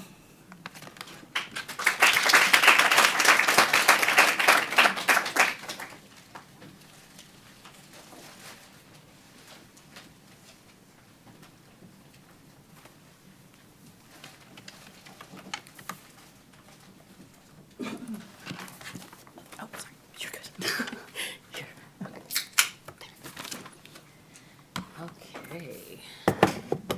Oh, I want to have this. Too much. Okay. All right. Hi, everyone. My name is Ella Friday, for short, since Gabriella with the accent gives a lot of people trouble. And I'm currently a postdoctoral researcher at Brown University, duly appointed in the Watson Institute, as well as the Center for the Study of Race and Ethnicity in America. And I want to say thank you to Watson, Urban Institute, as well as EASN, for inviting me and for the opportunity to share some of my work. So I'm hoping that this will aid to the current discussion, but also add to the abolitionist policy discussion as earlier, because I did see quite a bit of overlap. But to start, my scholarship sits at the intersection of three interrelated foci. 1, jails and imprisonment. 2, time and social inequalities. And 3, engaged qualitative methods. I seek to understand how time is used to create and entrench social inequalities, particularly along racialized, gendered, and sexual lines. I historically situate my work within a theoretical and deep understanding of the transformation of time itself with the rise, evolution, and afterlives of colonization and capitalism. With this as the backdrop, I use innovative qualitative methods to understand how gendered and racialized bodies experience the temporal rupture of imprisonment in contemporary carceral spaces. My book project, Weaponizing and Resisting Time, Jails, Women, and the Temporalities of Abolition, addresses how women in upstate New York articulated time was wielded, manipulated, and weaponized against them in ways unique to the liminal space of a rural jail. Through our discussions, they articulated this weaponization was exacerbated for queer women, racialized women, and women who refuse to accept their mistreatment or conditions. Moreover, their narratives expose how jails are profoundly gendered spaces that treat women as an afterthought. Though I initially sought to understand how women experience time in jails, I quickly learned they resisted it. They filled, imbued with meaning, and resisted the time of imprisonment in a space predicated on dehumanization and idleness. Finally, I explore how these interpersonal tactics fed into interpersonal and community organizing alongside community organization, justice, and unity for the Southern Tier. Our collective efforts were aimed at alleviating the conditions people face in the jail. Yet, some of you may be asking, why time? Oops, wrong buttons. Boop, boop. I know I need to keep it brief, but I wouldn't be an ethnographer if I didn't sneak in a lengthy quote. Kamisi is a transgender Black woman from the Broome community who found herself in and out of a jail prior to the COVID-19 pandemic. She is also one of the founding members of the community organization that made this research and work possible. In our interview, she poignantly uses air to describe the difference between time inside the jail and the outside world. She says, like time on the outside doesn't move unless you make it move. Obviously, that's not true because time is inevitable. I always say on the outside, there are so many different things, so many different stimuli that time moves on its own. While incarcerated, it's a weird thing to say, but you can feel the time. Time is tangible, almost in the way that air, like if it's room temperature, sometimes you have a hard time feeling the air around you, but once it gets hot or cold, like it is right now, you feel the air around you. That's how I think of incarceration. So being out, it's like room temperature. You don't really feel it, but on the inside, you can feel the time all around you, and you can feel the time all around you almost, and it's just stagnant. With that in mind, I take you to the questions that guided my research. First, I wanted to understand how is time experienced in the jail context, because current literature so often focuses on prisons. I also wanted to understand how do the structures of jails weaponize time to enact punishment along gendered, heteronormative, and racialized lines. Third, I wanted to understand how do incarcerated women exert agency to resist the weaponization of time from the jail's institutional practices. And then last but definitely not least, how can community organizations collaborate with incarcerated people to alleviate their immediate and long-term conditions? I keep clicking the wrong button to go next. Anyway, so I know a lot of us are carceral scholars here, but I did want to just highlight some key differences between jails and prisons because they are often presented as conflated spaces. Jails almost double the number of prisons in the United States, and they're typically for people who are awaiting sentences or for periods of less than a year. They are typically ran by local government or municipal governments, while prisons are ran by state or federal governments. And jails incarcerate people within their own community and also have people working within them from their own community. Jails are typically a more transient population, and they also have limited programming and resources, if any, which is one of the major issues that a lot of the women I worked with faced. Again. Which takes you to the research site. Oh no, it's cutting off. Sorry, guys. So the research site was the Broome County Jail, and much of this, and the jail has a long history of abuses, lawsuits, and questionable deaths. It is regularly close to or at capacity, which is a symptom of the county's over-incarceration of its citizens, which outpaces New York City by almost double per 100,000. 75% of the people detained in the jail are awaiting sentencing for moral crimes or crimes of poverty. Most people spend 8 months or longer awaiting sentencing in the jail, which was extended by a year for many due to the COVID-19 pandemic. Broome County Jail is also highly racialized, as Black residents make up approximately 5% of the population and almost 30% of jail admittances. Okay. This research pulls from advocacy work with over 60 women, 22 of which I followed their cases closely. At the time of our first meeting, the overwhelming majority of the women were awaiting sentencing for parole violations, nonviolent crimes, or drug-related offenses. I met currently and formerly incarcerated women through snowball sampling and word of mouth in the Broome County community. I work with many of these women regularly, conducting weekly or biweekly visitations for months at a time. The most extended, consistent interaction was for about 8 months, while the shortest was for 1 week. The longest overall interaction I had was for 2 years, as a few of the women I worked with went in and out of the jail several times. I conducted in-person visits from February 2018 all the way through March 2020. When the COVID-19 pandemic hit, it brought much of the criminal justice system to the standstill, and we pivoted to virtual interactions from June 2020 through July 2022 via an online system called Getting Out. Though very poorly named, the Getting Out system creates what Ellis calls a porous institution where we could assess needs, plans, and act. I conducted this research alongside advocacy group Justice and Unity for the Southern Tier, and access to the jail was possible through them. Justice is one of the few organizations doing advocacy work in upstate New York and is at the forefront of publicizing often overlooked injustices. Volunteers took note of grievances, provided acceptable goods, checked on the overall well-being of people in the jail. They also organized and educated the community, held local officials accountable, and provided reentry services to those returning to the Broome County community from nearby jails or prisons. They also hosted rallies in solidarity with people, especially surrounding the alarming numbers of deaths over the last 20 years. Building on the work of insurgent and engaged ethnographers, I understood the violence of incarceration and actively worked to undermine its prevalence in the Broome community. I melded my privileged position as an ethnographer with community interests and community-led initiatives. I worked as an active practitioner in combating imprisonment at various levels and spaces in Broome County. I moved between activist and academic responsibilities with a critical discernment. I took on a number of informal and formal roles within the movement, informal roles such as book coordinator, legal and medical researcher, community organizer, protest marshal, or just a confidant. I also took on formal roles such as volunteer visitor, the women's issues coordinator, and now I currently serve as a board member for Justice and Unity for the Southern Tier. So from the advocacy efforts and discussions, interviews, and longstanding visitations with women, they articulated that time was weaponized against them. By this, I mean time and time structures were used and manipulated to create a temporal regime of torment and degradation in the jail. This can be seen at 3 levels. First, the social construction of time itself. The temporal rupture of imprisonment brought women face to face with something that that many scholars would argue is a taken for granted aspect of society. We don't readily think about how often we interact with the clock and how much it structures our lives. Also, the uncertainty and lack of activity that was innate to jail spaces, what one woman called the wasting away of time, altered many women's decisions makings and put them even closer face to face with the clock. Moreover, most of the women I worked with were mothers, and so they were actively missing time they could not get back on the outside with family members and children that were going through pivotal points of development. The second level was through state and facility policies. Once one enters the jail, you are subject to the jail's temporal regime, time structures, and schedules. There's punitive time structures and windows, specifically surrounding visitation and grievances. Good time and sentences for early release, but the flip side of that is the possibility of losing this good time. And women, particularly, were structurally given less opportunities to break up the time via means such as visitation and labor. And then finally, at the last level, something that has been very well documented, and I hope that my work adds to, is how correctional actors and facility actors exacerbate the time inside. Correctional staff and other facility actors often worsen the time through cruel and timeliness precision, such as cutting off our visitation at the exact second that we had run out of time, elongated punishments that took hours and hours instead of just a simple, hey, you messed up. Racialized waiting for medical needs or other various services, as well as other temporal consequences.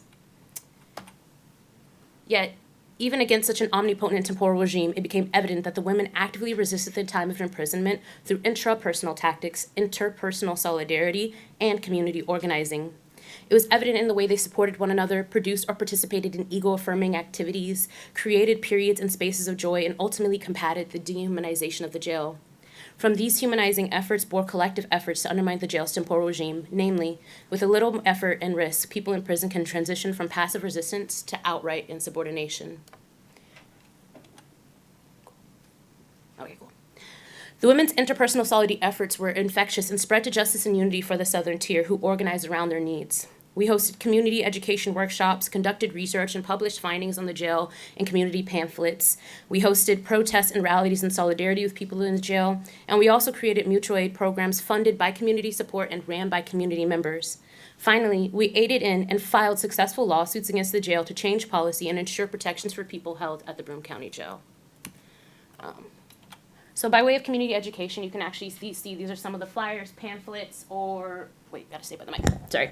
These are some of the flyers, pamphlets, and things that we had created to kind of help educate the community and try to hold elected officials accountable. There was a lot of instances of voyeurism that women had been reaching out to me, and so we created a post on Instagram. Here you can see, sorry, I'm gonna just come away from the mic. The Just the Facts here, as well as this Warned Women, is actually something that we publish annually to kind of let people know what's going on currently in the jail based off of FOIA statistics. And kind of getting the community engaged and understanding what's really going on that in a space that is often kind of veiled. We also conducted a number of solidarity protests, particularly surrounding the efforts following the George Floyd protests. And here you can actually see some of the instances where we were right outside the jail. That's a police line from right outside the jail. As well as some instances or protests from regarding the voyeurism that we had been receiving complaints about. And during one of our solidarity protests outside the jail, one of the women I was working with the following day, we were kind of stopped by police, which you can see in that line up there. But we started chanting and yelling and trying to offer our support as much as possible. And when I spoke with that woman the next day, she said, "We could hear you from the jail. Thank you." But it's not just enough to educate the community and host protests, right?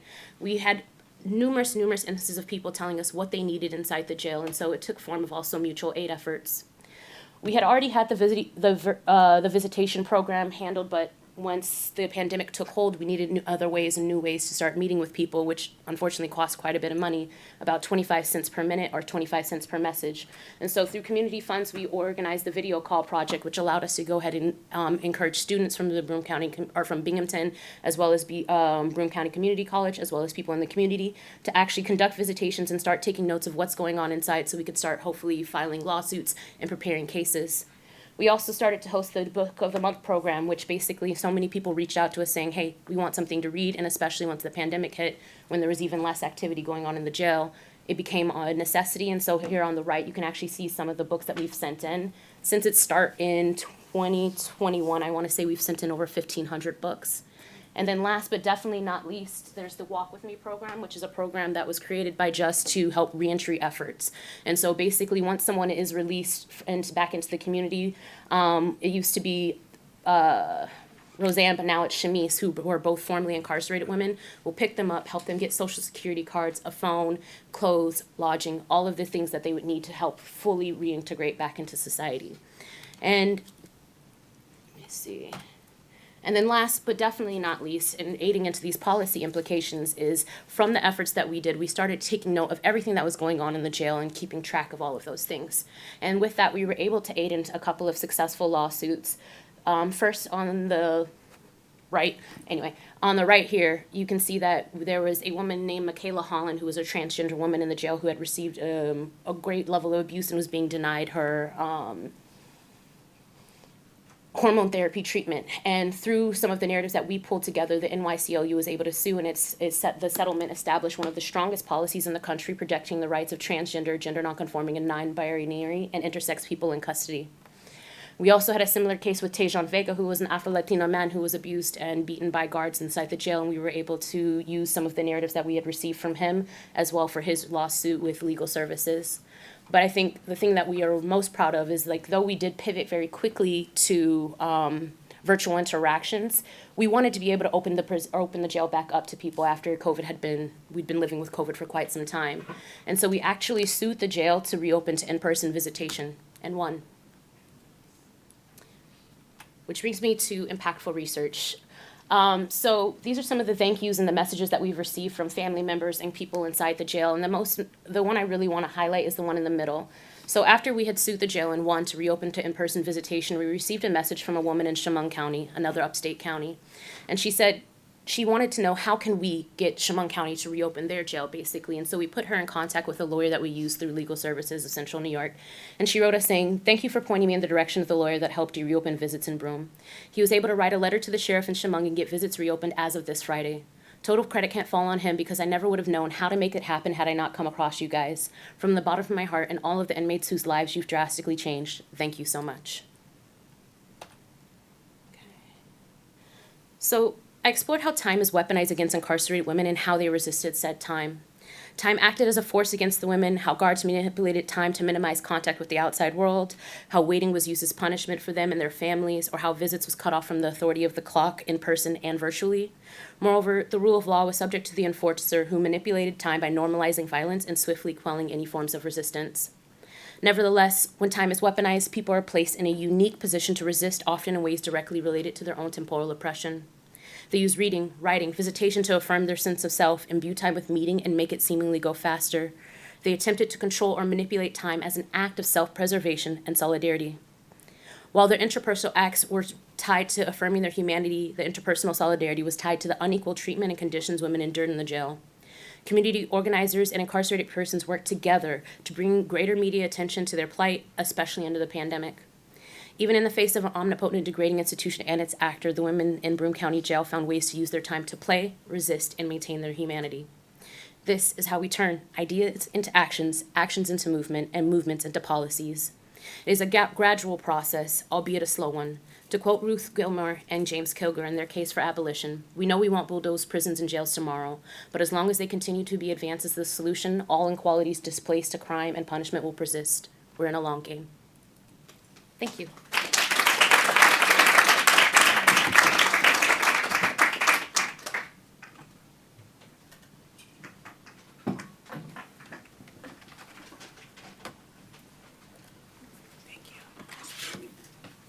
All right. Awesome. I'm also going to time myself as well, because I can get a little chatty. I'm Sade Lindsay, and I'm an assistant professor at Cornell University. And I'm very, very grateful to be here today with all of these wonderful punishment scholars, read so much of your work, and to really talk about my own research and also the policy implications of the work that I do. So more broadly, my work looks at how criminal legal system policies and practices impact economic opportunities, health and well-being, and also broader patterns of racial inequality across social institutions. So a lot of my work that I'll talk about today is on prison education programs and their impacts, or sometimes lack thereof. And then also collateral sanctions of criminal convictions and drug laws and policy reforms. So again, I'm pulling from my dissertation research, which is solely focused on prison education programs, particularly among men. So theoretically, I'm a walker, so let me stay over here. Prison education programs are supposed to alleviate a lot of the labor market challenges that we all know of, right, from Diva Pager's work and other scholars, Reuben Miller, et cetera. Thank you. And that's because they're supposed to signal that someone has turned a new leaf, right? They're desisting from crime. They also are supposed to signal to employers these job-related qualifications and skills that they have. And that signal, this positive signal that it's supposed to send, is supposed to reduce information gaps, the uncertainty that employers have about whether someone might be a liability or whether they actually have the sort of skill sets, et cetera. And those gaps in that uncertainty that's what's hypothesized to reduce or to fuels employer biases in hiring. However, there's now, especially with Pell Grants being restored, which I'll talk about in a little bit, there's a lot of meta-analyses that are looking at broader patterns, like how these programs are impacting recidivism, but then also labor market outcomes. And what they overwhelmingly find is that people who are holding these credentials are less likely to reoffend. However, we don't see those same beneficial impacts within the labor market, which I try to unpack here and try to understand why are these credentials, participation in these programs, less effective than we might theorize them to be. So some scholars, they kind of discuss program fidelity. These are more your criminal justice, correctional folks who are studying how well the programs are kind of aligned with the evidence-based strategies that they were built upon. So a lot of them point to this correctional quackery, right? There's this misalignment, and that drives the lack of effectiveness. Other studies point to these methodological limitations. Especially when we have to rely on observational data, and we're talking about prison programs, there's strong selection effects, omitted variable biases that can kind of make it difficult to estimate the true impact of these policies on labor market outcomes. And so what I try to bring into this conversation is kind of thinking about how the credentials are actually working on the ground and how they operate. And a lot, honestly, this comes from the qualitative portion, which I'll talk about, where there might be this lack of signal clarity, right? It's not sending the signal that we think it's sending. And employer recognition, right? A part of signaling theory is you have to, the person receiving the signal has to be able to recognize it as what is intended to be. And so bringing in and kind of complicating how these programs be operating on the ground. So for my dissertation, which this is, it stems from this, I first conducted qualitative interviews with 50 formerly incarcerated men who had program credentials within Central Ohio, from Ohio State, Buckeye. And then for that, I really wanted to understand, right, are they using these credentials, right? We're kind of assuming that they're actually signaling. Are they signaling these credentials? How are they using it? What are their sort of labor market experiences like? There weren't studies kind of doing that work. And then I followed up with kind of these kind of typical normative way of estimating effects with an audit study. And I chose a career path that was kind of heavily offered in facilities. It was a trade versus like a college degree, which we can kind of talk about, maybe some of the differences there. And it was heating, ventilation, and air conditioning in particular. And essentially what the audit study did is, right, vary the credential, and then also I looked at race, black and white, and in particular, to see, right, were these effects different across racial groups. So in the first study, which was published in Criminology, I am drawing from the qualitative interviews, and this is kind of what I mean, bringing in like signal clarity. What is this supposed to be? What is it supposed to be communicating? And a lot of the guys talked about, right, this fear and also experiencing the fact that these credentials aren't actually, they may be sending this negative signal too. And it's because, at least how they describe it, is like it is inextricably linked to their time during when they were incarcerated. And so it becomes difficult to kind of talk about and use that without also signaling that they obtained that credential while they were incarcerated. And a lot of them struggled, and they talked about, right, I think there were only 2 out of the 50 that it's obviously qualitative data, it's not meant to be generalizable in that way, but 2 out of the 50 were able to just enter into their respective fields, and the rest had to kind of make a way, which I'll talk about in a second. But a lot of what I found is that they were coming up with these tactics. Not only did they understand what was going on or what they perceived what was going on, but they were coming up with these different tactics to try to clarify the signal. So they were doing the kind of work to ensure that this is going to send as positive as a signal as I can so that I can get a particular job. And so one of the ways is they're changing, right, how they were kind of noting these credentials on their applications, and kind of trying to manage that stigma that's attached to the different credentials, particularly if there are programs that are offered by the Department of Corrections, and so on and so forth. But even like listing on applications addresses or references, right? That all of those things were still tied to the facility and made it a little difficult for them from their perspectives. But in the interviews, they actually used the credentials in particular to really hone in on those positive qualities. We know a lot about these kind of redemptive narratives in the literature, but showing how the credential is actually used as a way to reinforce some of those positive qualities. Nonetheless, like I said, many of them struggled, and so they had to come up with other ways to kind of survive. A lot of them ended up working in like temporary services and thinking that they could kind of work their way up, which really did not happen. Really, it just led to like further exploitation and not even advancing in their particular career paths that they were that had these credentials in. But a lot of folks ended up doubling down. So they relied a lot on reentry organizations for different credentials.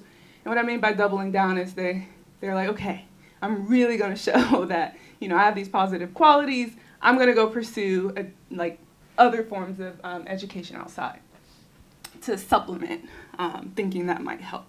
But a lot of them also ran into some of the same issues that we know of around the barriers to college access, right? You get the same kind of criminal record questions on a lot of college admissions materials and such. And then also student loan debt. I knew that was going to happen. Was a big one. And a lot of them linked that student loan debt to reoffending, which is, I think, important to think about. And then with the audit, which I'll quickly cover, the main point here is if we're looking at these patterns, I wanted to understand, right, how are employers actually responding to the credentials now in a particular field, right? It's kind of very much a narrow and limited way of kind of estimating these effects, but, right, it's a way to add to the literature and add more robustness to our quantitative work here. And so overall what I find is there are these strong, well, I won't say strong, there's a slight positive effect of having this credential regardless of your race and whether you earned it inside, which is good, right? That's kind of what we want. However, you still see the strong race effects, racial discrimination, and then criminal record effects, right? So those are the things that, these credentials aren't addressing those issues, right? They're not really tackling those. Those are the things that we still have to grapple with, and we can't credential our way out of those kind of aspects, at least according to that. And then this is just reiterating the same thing. This is looking at all the jobs, and it's the average marginal effect of having that credential versus not. Reflecting the same things, just throwing it in a model. And then if we look at just HVAC jobs alone, we see even a slight bump in that effect. Okay. Oh, I'm way over time. So main points here is, right, we think that they're supposed to be signaling just purely these positive qualities, right? But there's this sense that they actually may be sending some negative or no kind of signal, or not the signal we intend them to send to employers. And formerly incarcerated people having to do a lot of work in ensuring that, or trying to ensure that those signals work. And then for the audit, right, I do find, right, that there's a slight positive effect, but we still have these really strong race and criminal record effects that we have to grapple with and deal with that credentials aren't addressing. Okay. Whew, what does this mean for policy? So I actually like how I split this up. I don't like the word pragmatic, but it's kind of like, okay, what are my reformist reforms? What do I think we could potentially do? And then what do I think we should be doing that maybe we may not get there, at least within the next couple decades, who knows? I don't want to be a pessimist, but so the first thing that I think pragmatically, we have a lot of different policies already that are kind of tackling the same issues, right? They're trying to attack these employment issues around people who tend to be or struggle with unemployment. So if there's a way to kind of integrate some of these policies, taking, for example, the work opportunity tax credit, right, we could find a way to say, okay, if you not only hire someone with a felony record, but you hire someone and you help them, right, get further training, or you hire someone with this credential, right, you get this additional bump, right? We could think about ways to integrate these sorts of policies to bolster these effects.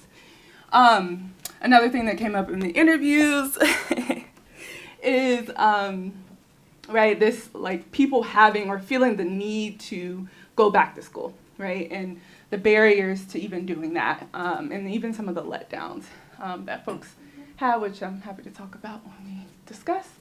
But removing some of those barriers, right, focusing on removing, right, the need to note your criminal record, and also tuition assistance.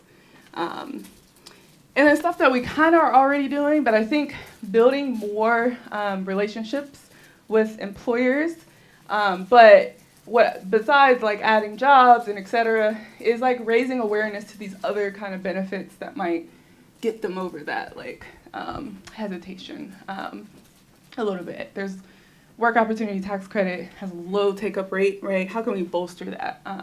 And I think some of that is awareness, but other things might be, right, the actual benefits that employers get. Okay, kind of radically, or like what are my kind of big picture things that I think we could do?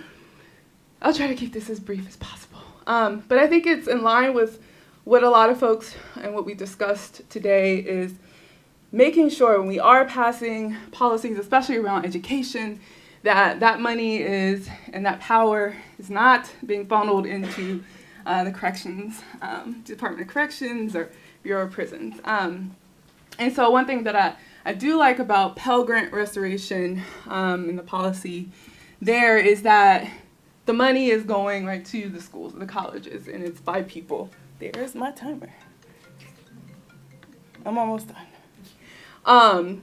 But the other thing is, right, the regulations give the Department of Corrections the power to determine, right, which programs are in the best interest of the students, right? And one, I think this kind of conflict here, right, the resources going one place and then the power being somewhere else can kind of cause this friction on the ground, especially with how Pell Grants are experienced. But, right, I think the money going somewhere else, right, is kind of, we're not fueling, we're not continuing to feed the system.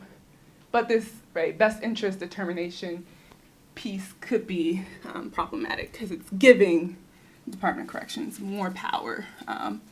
And like, who are they to say, right? Like, what is in the best interest of students? And security comes into that, play a lot with that too, I'd imagine. And then lastly, thinking about, right, we have like work release programs, but thinking about what would it look like to have some sort of like prison education release model. A lot of folks are going to get like associate's degrees.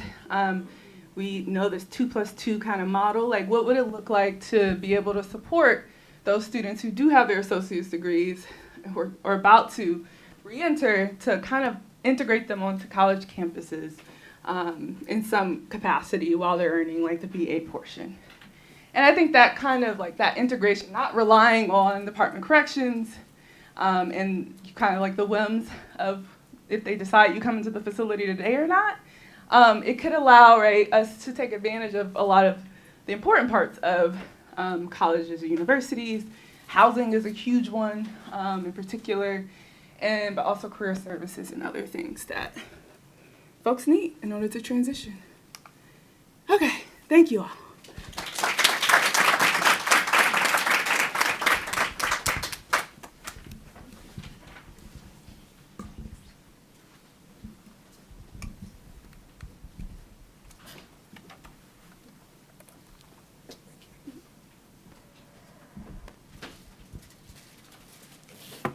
All right, thank you for these wonderful presentations, really provocative and interesting work, and these sort of wonderful things for us to chew on. So what I want to do is I want to go real fast and then split my time and then give the folks time to respond to a set of questions I want to ask.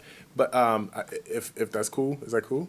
All right. And so, but first, go real fast is the question. Like that's always the question. I'm gonna go as fast as I can. So the first thing I wonder about, and something that's really interesting about the thing that the three of you do is you remind us to think carefully about how like the form of different institutions. So different institutional forms, and the first one that was raised was immigrant detention. The second was the jail. The third is a social institution. So then, what about the role of education? Or something like housing. In all three, there's an inherent question about like political mobility.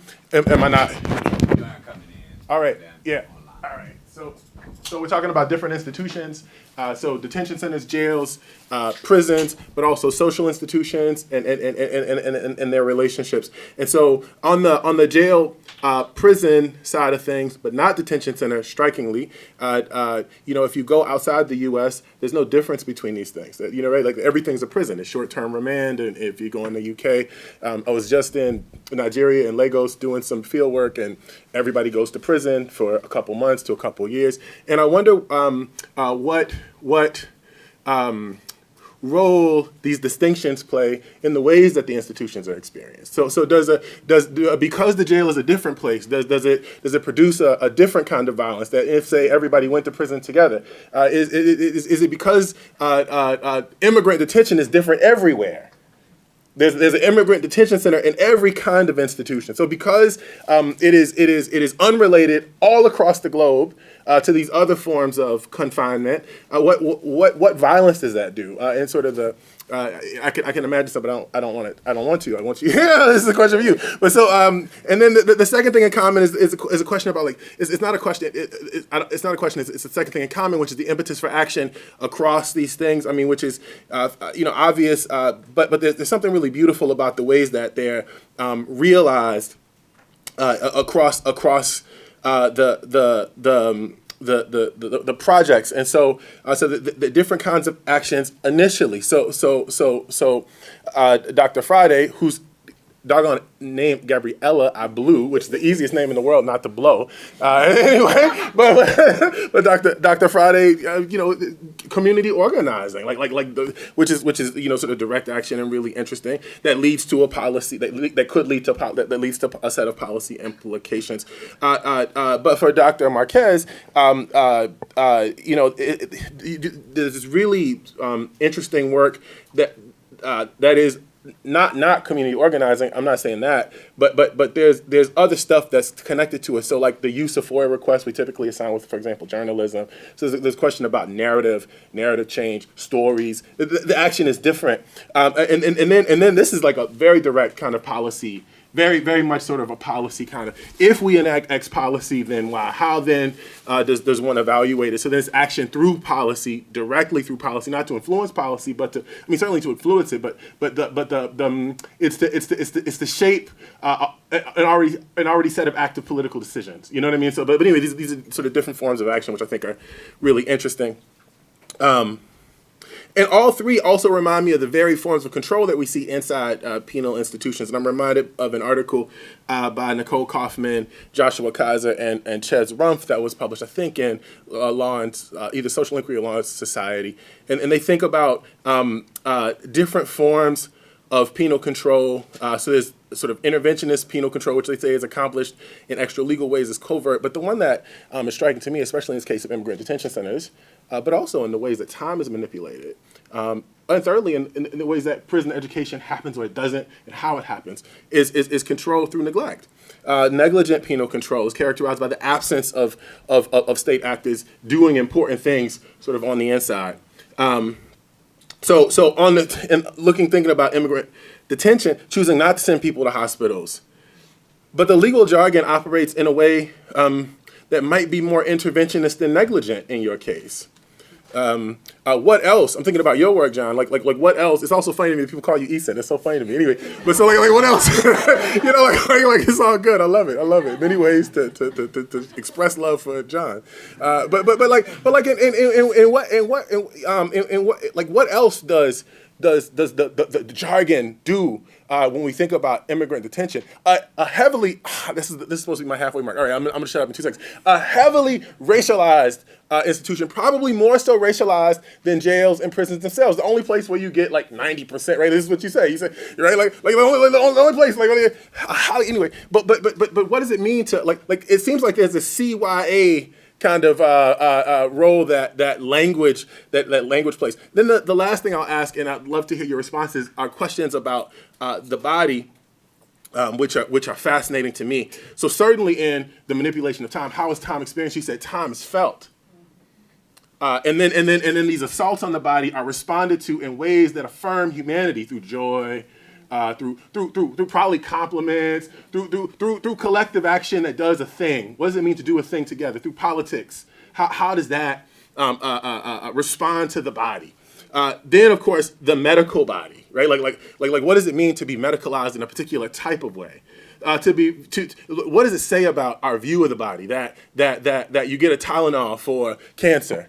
I'm thinking about like a report I read from John, maybe, I don't know, it was a conversation with him. There's you. All right, so I keep reading your stuff, thinking it's him. Anyway, it's not you. Anyway, Betty, you're amazing. So I keep reading it. Anyway, so what does it say about the relationship between punishment and the body? And then the body might feel like it's not so obvious, but the reception of these folks as they show up. So this is more of a human capital kind of question. The human being the corporal side of this thing. And the presumption that human capital is a legitimate way to address any kind of structural barrier at all. The presumption that education will do a thing, be that vocational education or like prison education, something like that. So now I'm talking beyond. But the 5 minutes I planned, I'm 2 minutes over that at least. But the question I was having was, I had this example about education and its futility. I mean, maybe not its futility. I think education is wonderful. But I was in Lagos 2 weeks ago, literally 2 weeks ago, and I'm at the first halfway house for women, which happened to open in November in the country. I'm sitting with 3 women. 2 of the 3 have college degrees. But the unemployment rate in Nigeria is so high that it's harder for people with degrees to get jobs than people who don't have them. And they had no desire to get a job anyway. So this relationship between the job and education is fundamentally broken there. It's fundamentally broken here. And so what role then do we think about human capital as an antidote to poverty? What role do we think about education in the longer strain of things? And what kinds of bodies are being produced? What kind of selves is a better word than a body, I think, are being produced through education? And what's the presumption? These women just wanted to, quote, get to market. They were wanting to get back to market, but that market was deeply unregulated, set up in just little booths, right, where folks hawk their wares. But that wasn't about, like, deep upward mobility. They're not becoming middle class, right? In the ways we think about it. They might make the equivalent of $20 a month. Right, like if they're successful in the market, and so it makes me wonder about the human capital and its uses. So I have a minute and a half for you all to respond to these questions. Thank you so much.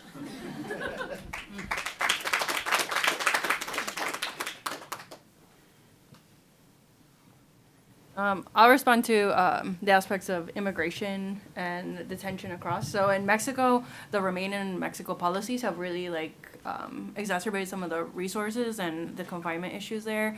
And so how I view immigration detention in Mexico is extremely anti-Black. A lot of the Haitian nationals that are there are suffering in extreme conditions.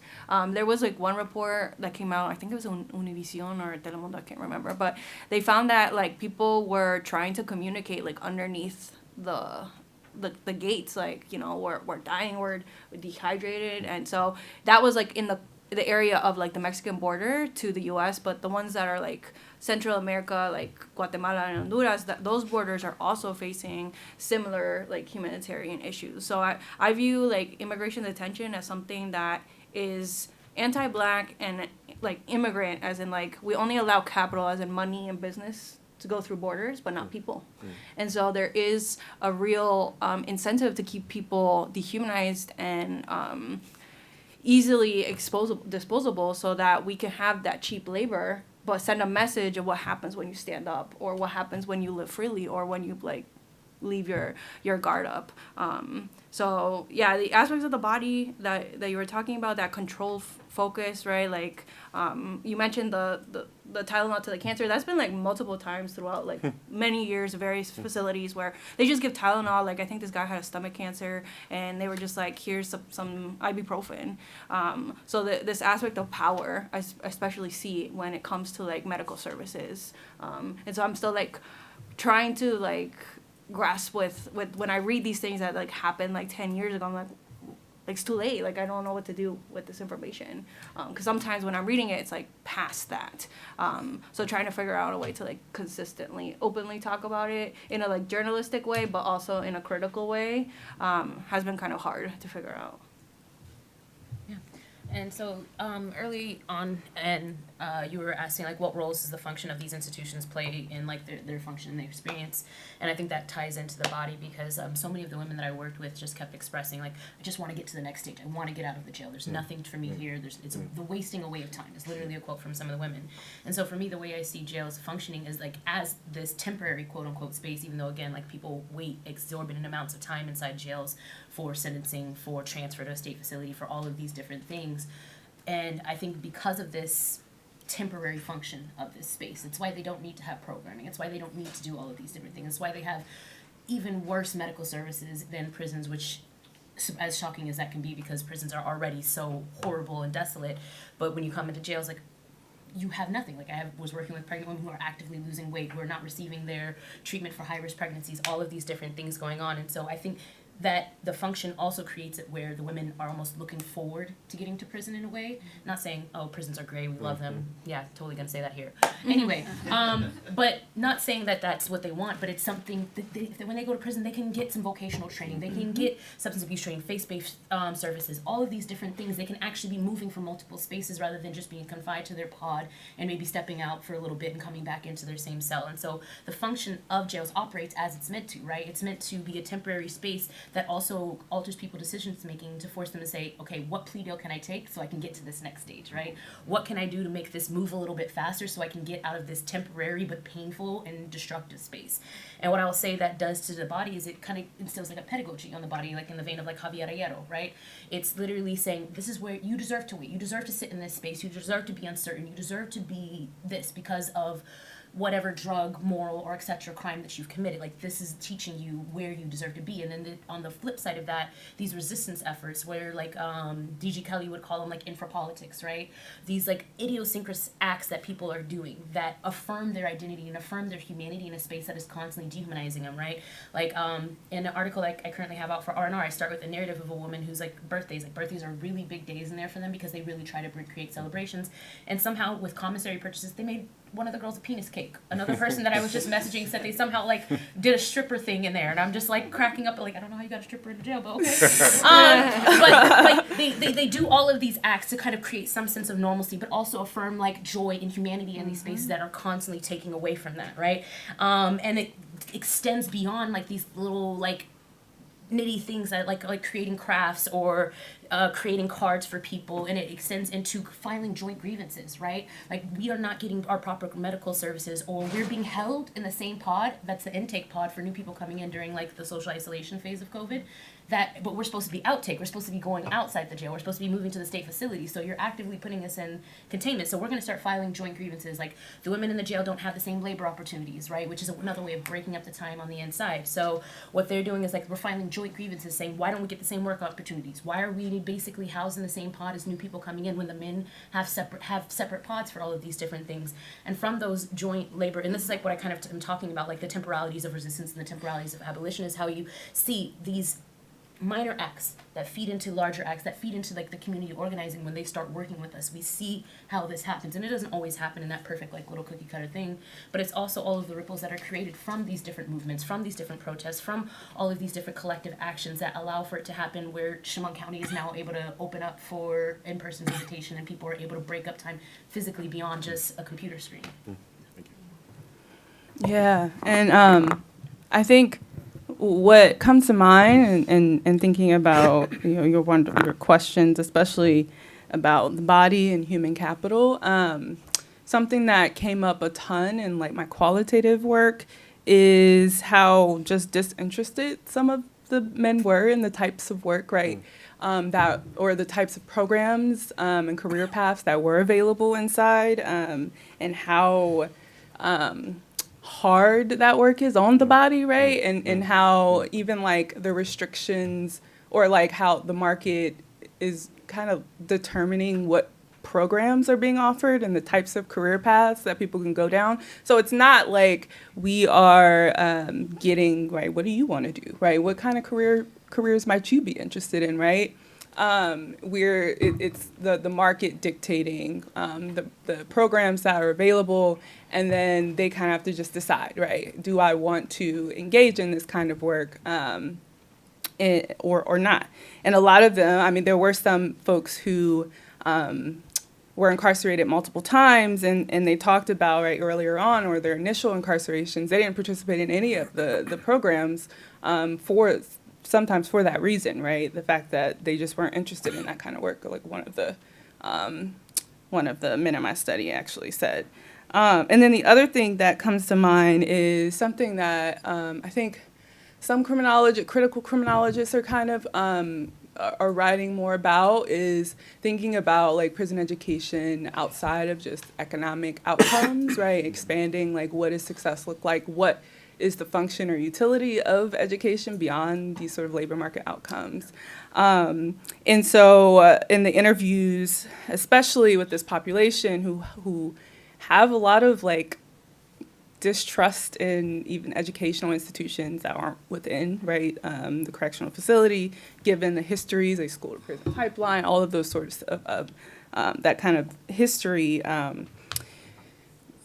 having those programs available in prison and being encouraged by other folks to participate in accomplishing that thing, right, was a huge boost to their own confidence and what kind of abilities they or like their beliefs the beliefs in themselves and their ability to go on to pursue education, further education in prison, but then also outside of prison, right? And so like, you know, thinking about not just the economic outcomes, which I focus on here, but also the other ways that education functions to kind of like empower folks, especially, right, thinking about the legal beagles inside, right, like all of these things, that education becomes so crucial to like defending their own rights and all of these other things and supporting each other. So I didn't talk about that, but yeah, those are. Thank you so much. That's great responses. Okay, we got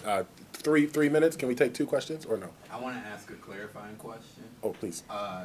Sade, did white men who were incarcerated, am I reading this right? White men who were incarcerated had a higher return call rate than black men who were not incarcerated? Yep. Okay. It's like diva pagers. I had to make sure. And in response to it, we're going to be like college for all, right? Like, let's go. Once again. That's some work. That's some work. Let's go here. Let's go here. Then we'll go there. Yeah. Oh, yeah. Please. Thank you. Yeah. Hello, thank you for a really compelling panel. I just wanted to ask 2 questions really quick. One about prison education for you, Sade, especially. So I spent some time teaching at MCI Norfolk, and one of the comments that came up a couple times that really stuck out to me was people saying, like, I've lived in Boston my entire life, and I've never had access to professors from BU and tutors from Harvard and MIT and all these places until I got incarcerated. And that kind of shook me a lot, and it seemed obvious, but then also, like this is where they're from.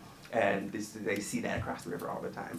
And so that just like made me really reflect on like where I should be spending my time, and sort of, I just wanted to sort of ask about that. And in particular because I think the guards saw that too and were frustrated because they're like, oh, this is actually seemingly better than what we or our kids have access to as well. And so this program that I was a tutor in, the BU program is now ended, and I think they actually do have a relationship with the guards now, and so there's like some sort of availability to better educational outcomes for the guards and their families, but they're trying to figure out what is going to replace this for people who are incarcerated. I just got this update recently, and so just like trying to think about that dichotomy between like where we're providing these things and you know when you can get access to these, when you are risky enough to warrant a good tutor is like a thing that I would be curious for your reflections on. And then, Betty, I had a question about, so I went to middle school and high school in Iowa, and so I left to go to college, but I was, you know, aware of these sort of raids that were going on in these like meatpacking facilities and other agricultural workplaces, and this idea of like people cutting off the nose to spite the face, like destroying their entire economy for a town because they're upset about this kind of thing. And I guess that seems striking to me because there is like a very strong economic concern that I would think often would prevent that from going that far. And so I'm wondering, is it like a dichotomy between employers and employees where they have different preferences because of their relationships to these immigrant communities? Was it that the employers like them to be marginalized and it just went too far in that case where they all got caught up? I wanted to sort of get your take on why they're not moderating that given the concern there. And can we get the next question too, and then maybe the response?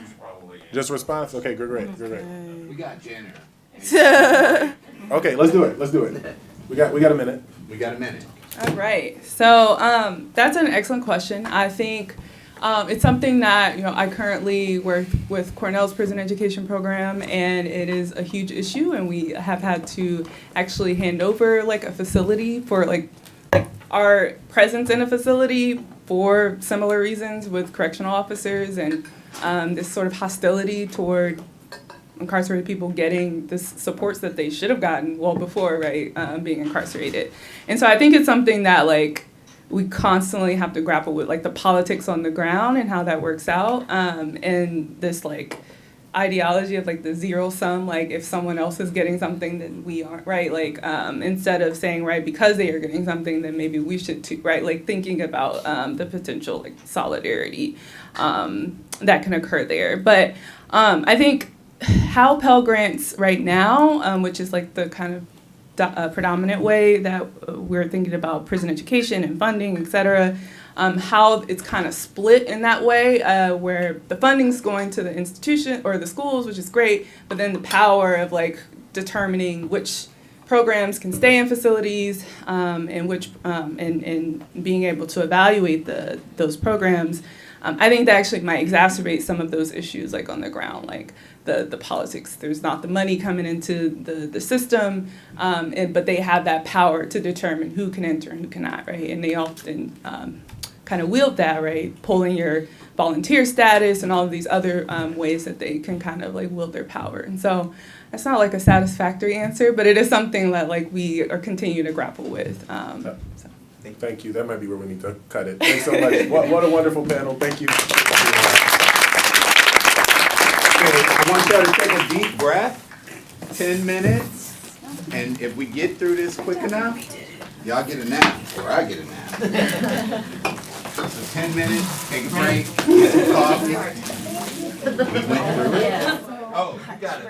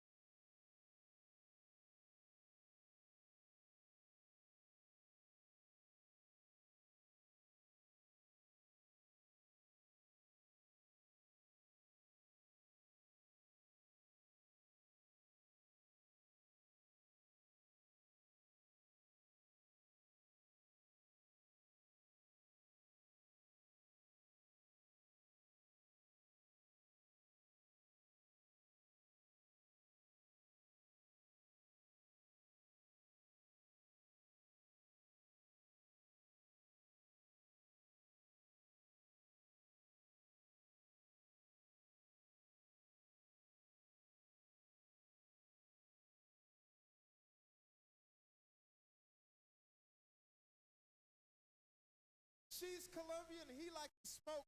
Give it up for Shakira and Busta Rhymes.